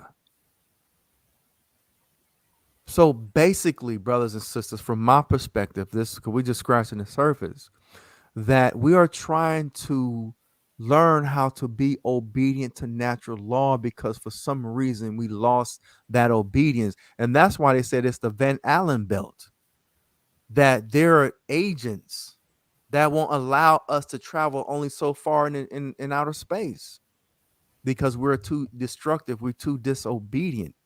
But anyway, it's about being obedient to natural law.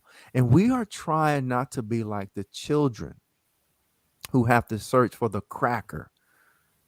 We want to be like the adults who know, because we are burning in the furnace of affliction, that those bitter herbs are feeding nutrients to certain parts of ourselves, physically or spiritually.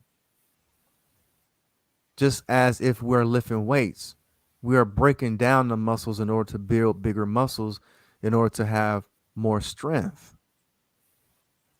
And they always say it was something that spoke about running towards calamity instead of running away. I think it was, I forgot, it was a bug or something that ran toward. No. It, someone said that when, I think, a bird or something saw a storm, or not, no, or it was a big bison.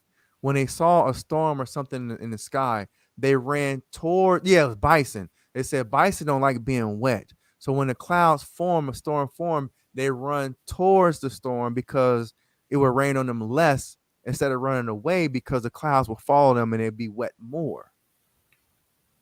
So basically, brothers and sisters, sum this up, because we're going to do more parts on this, and we've been here for hours and we're fasting.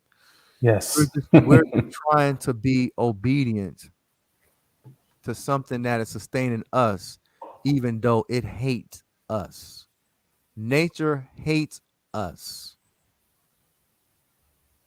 And that's why you have people promoting a prostitute getting $50 million in a year, compared to a neurophysicist making $50,000 a year, because it's not about the money. These are distractions for children who do not deserve to exist. They are not supposed to enjoy the greater things. Materialism. And that's why Elon Musk and other people says materialism is only about a feeling.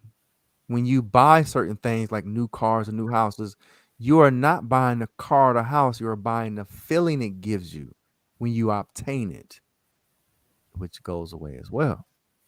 So thank Mhm. you, brothers and sisters, and we're gonna go further into this process. And thank you, brother Michael, for being on for 2 hours and 30 plus minutes as we sum this up. So, brothers and sisters, I speak for myself as an individual. I'm just trying to be a little more obedient, so I can see if this thing is true or not. And we're building on something. So I'm just trying to be obedient. Anybody can do whatever y'all want, but me, I'm getting old, and I'm just trying to be obedient. Mhm. Indeed. Hmm.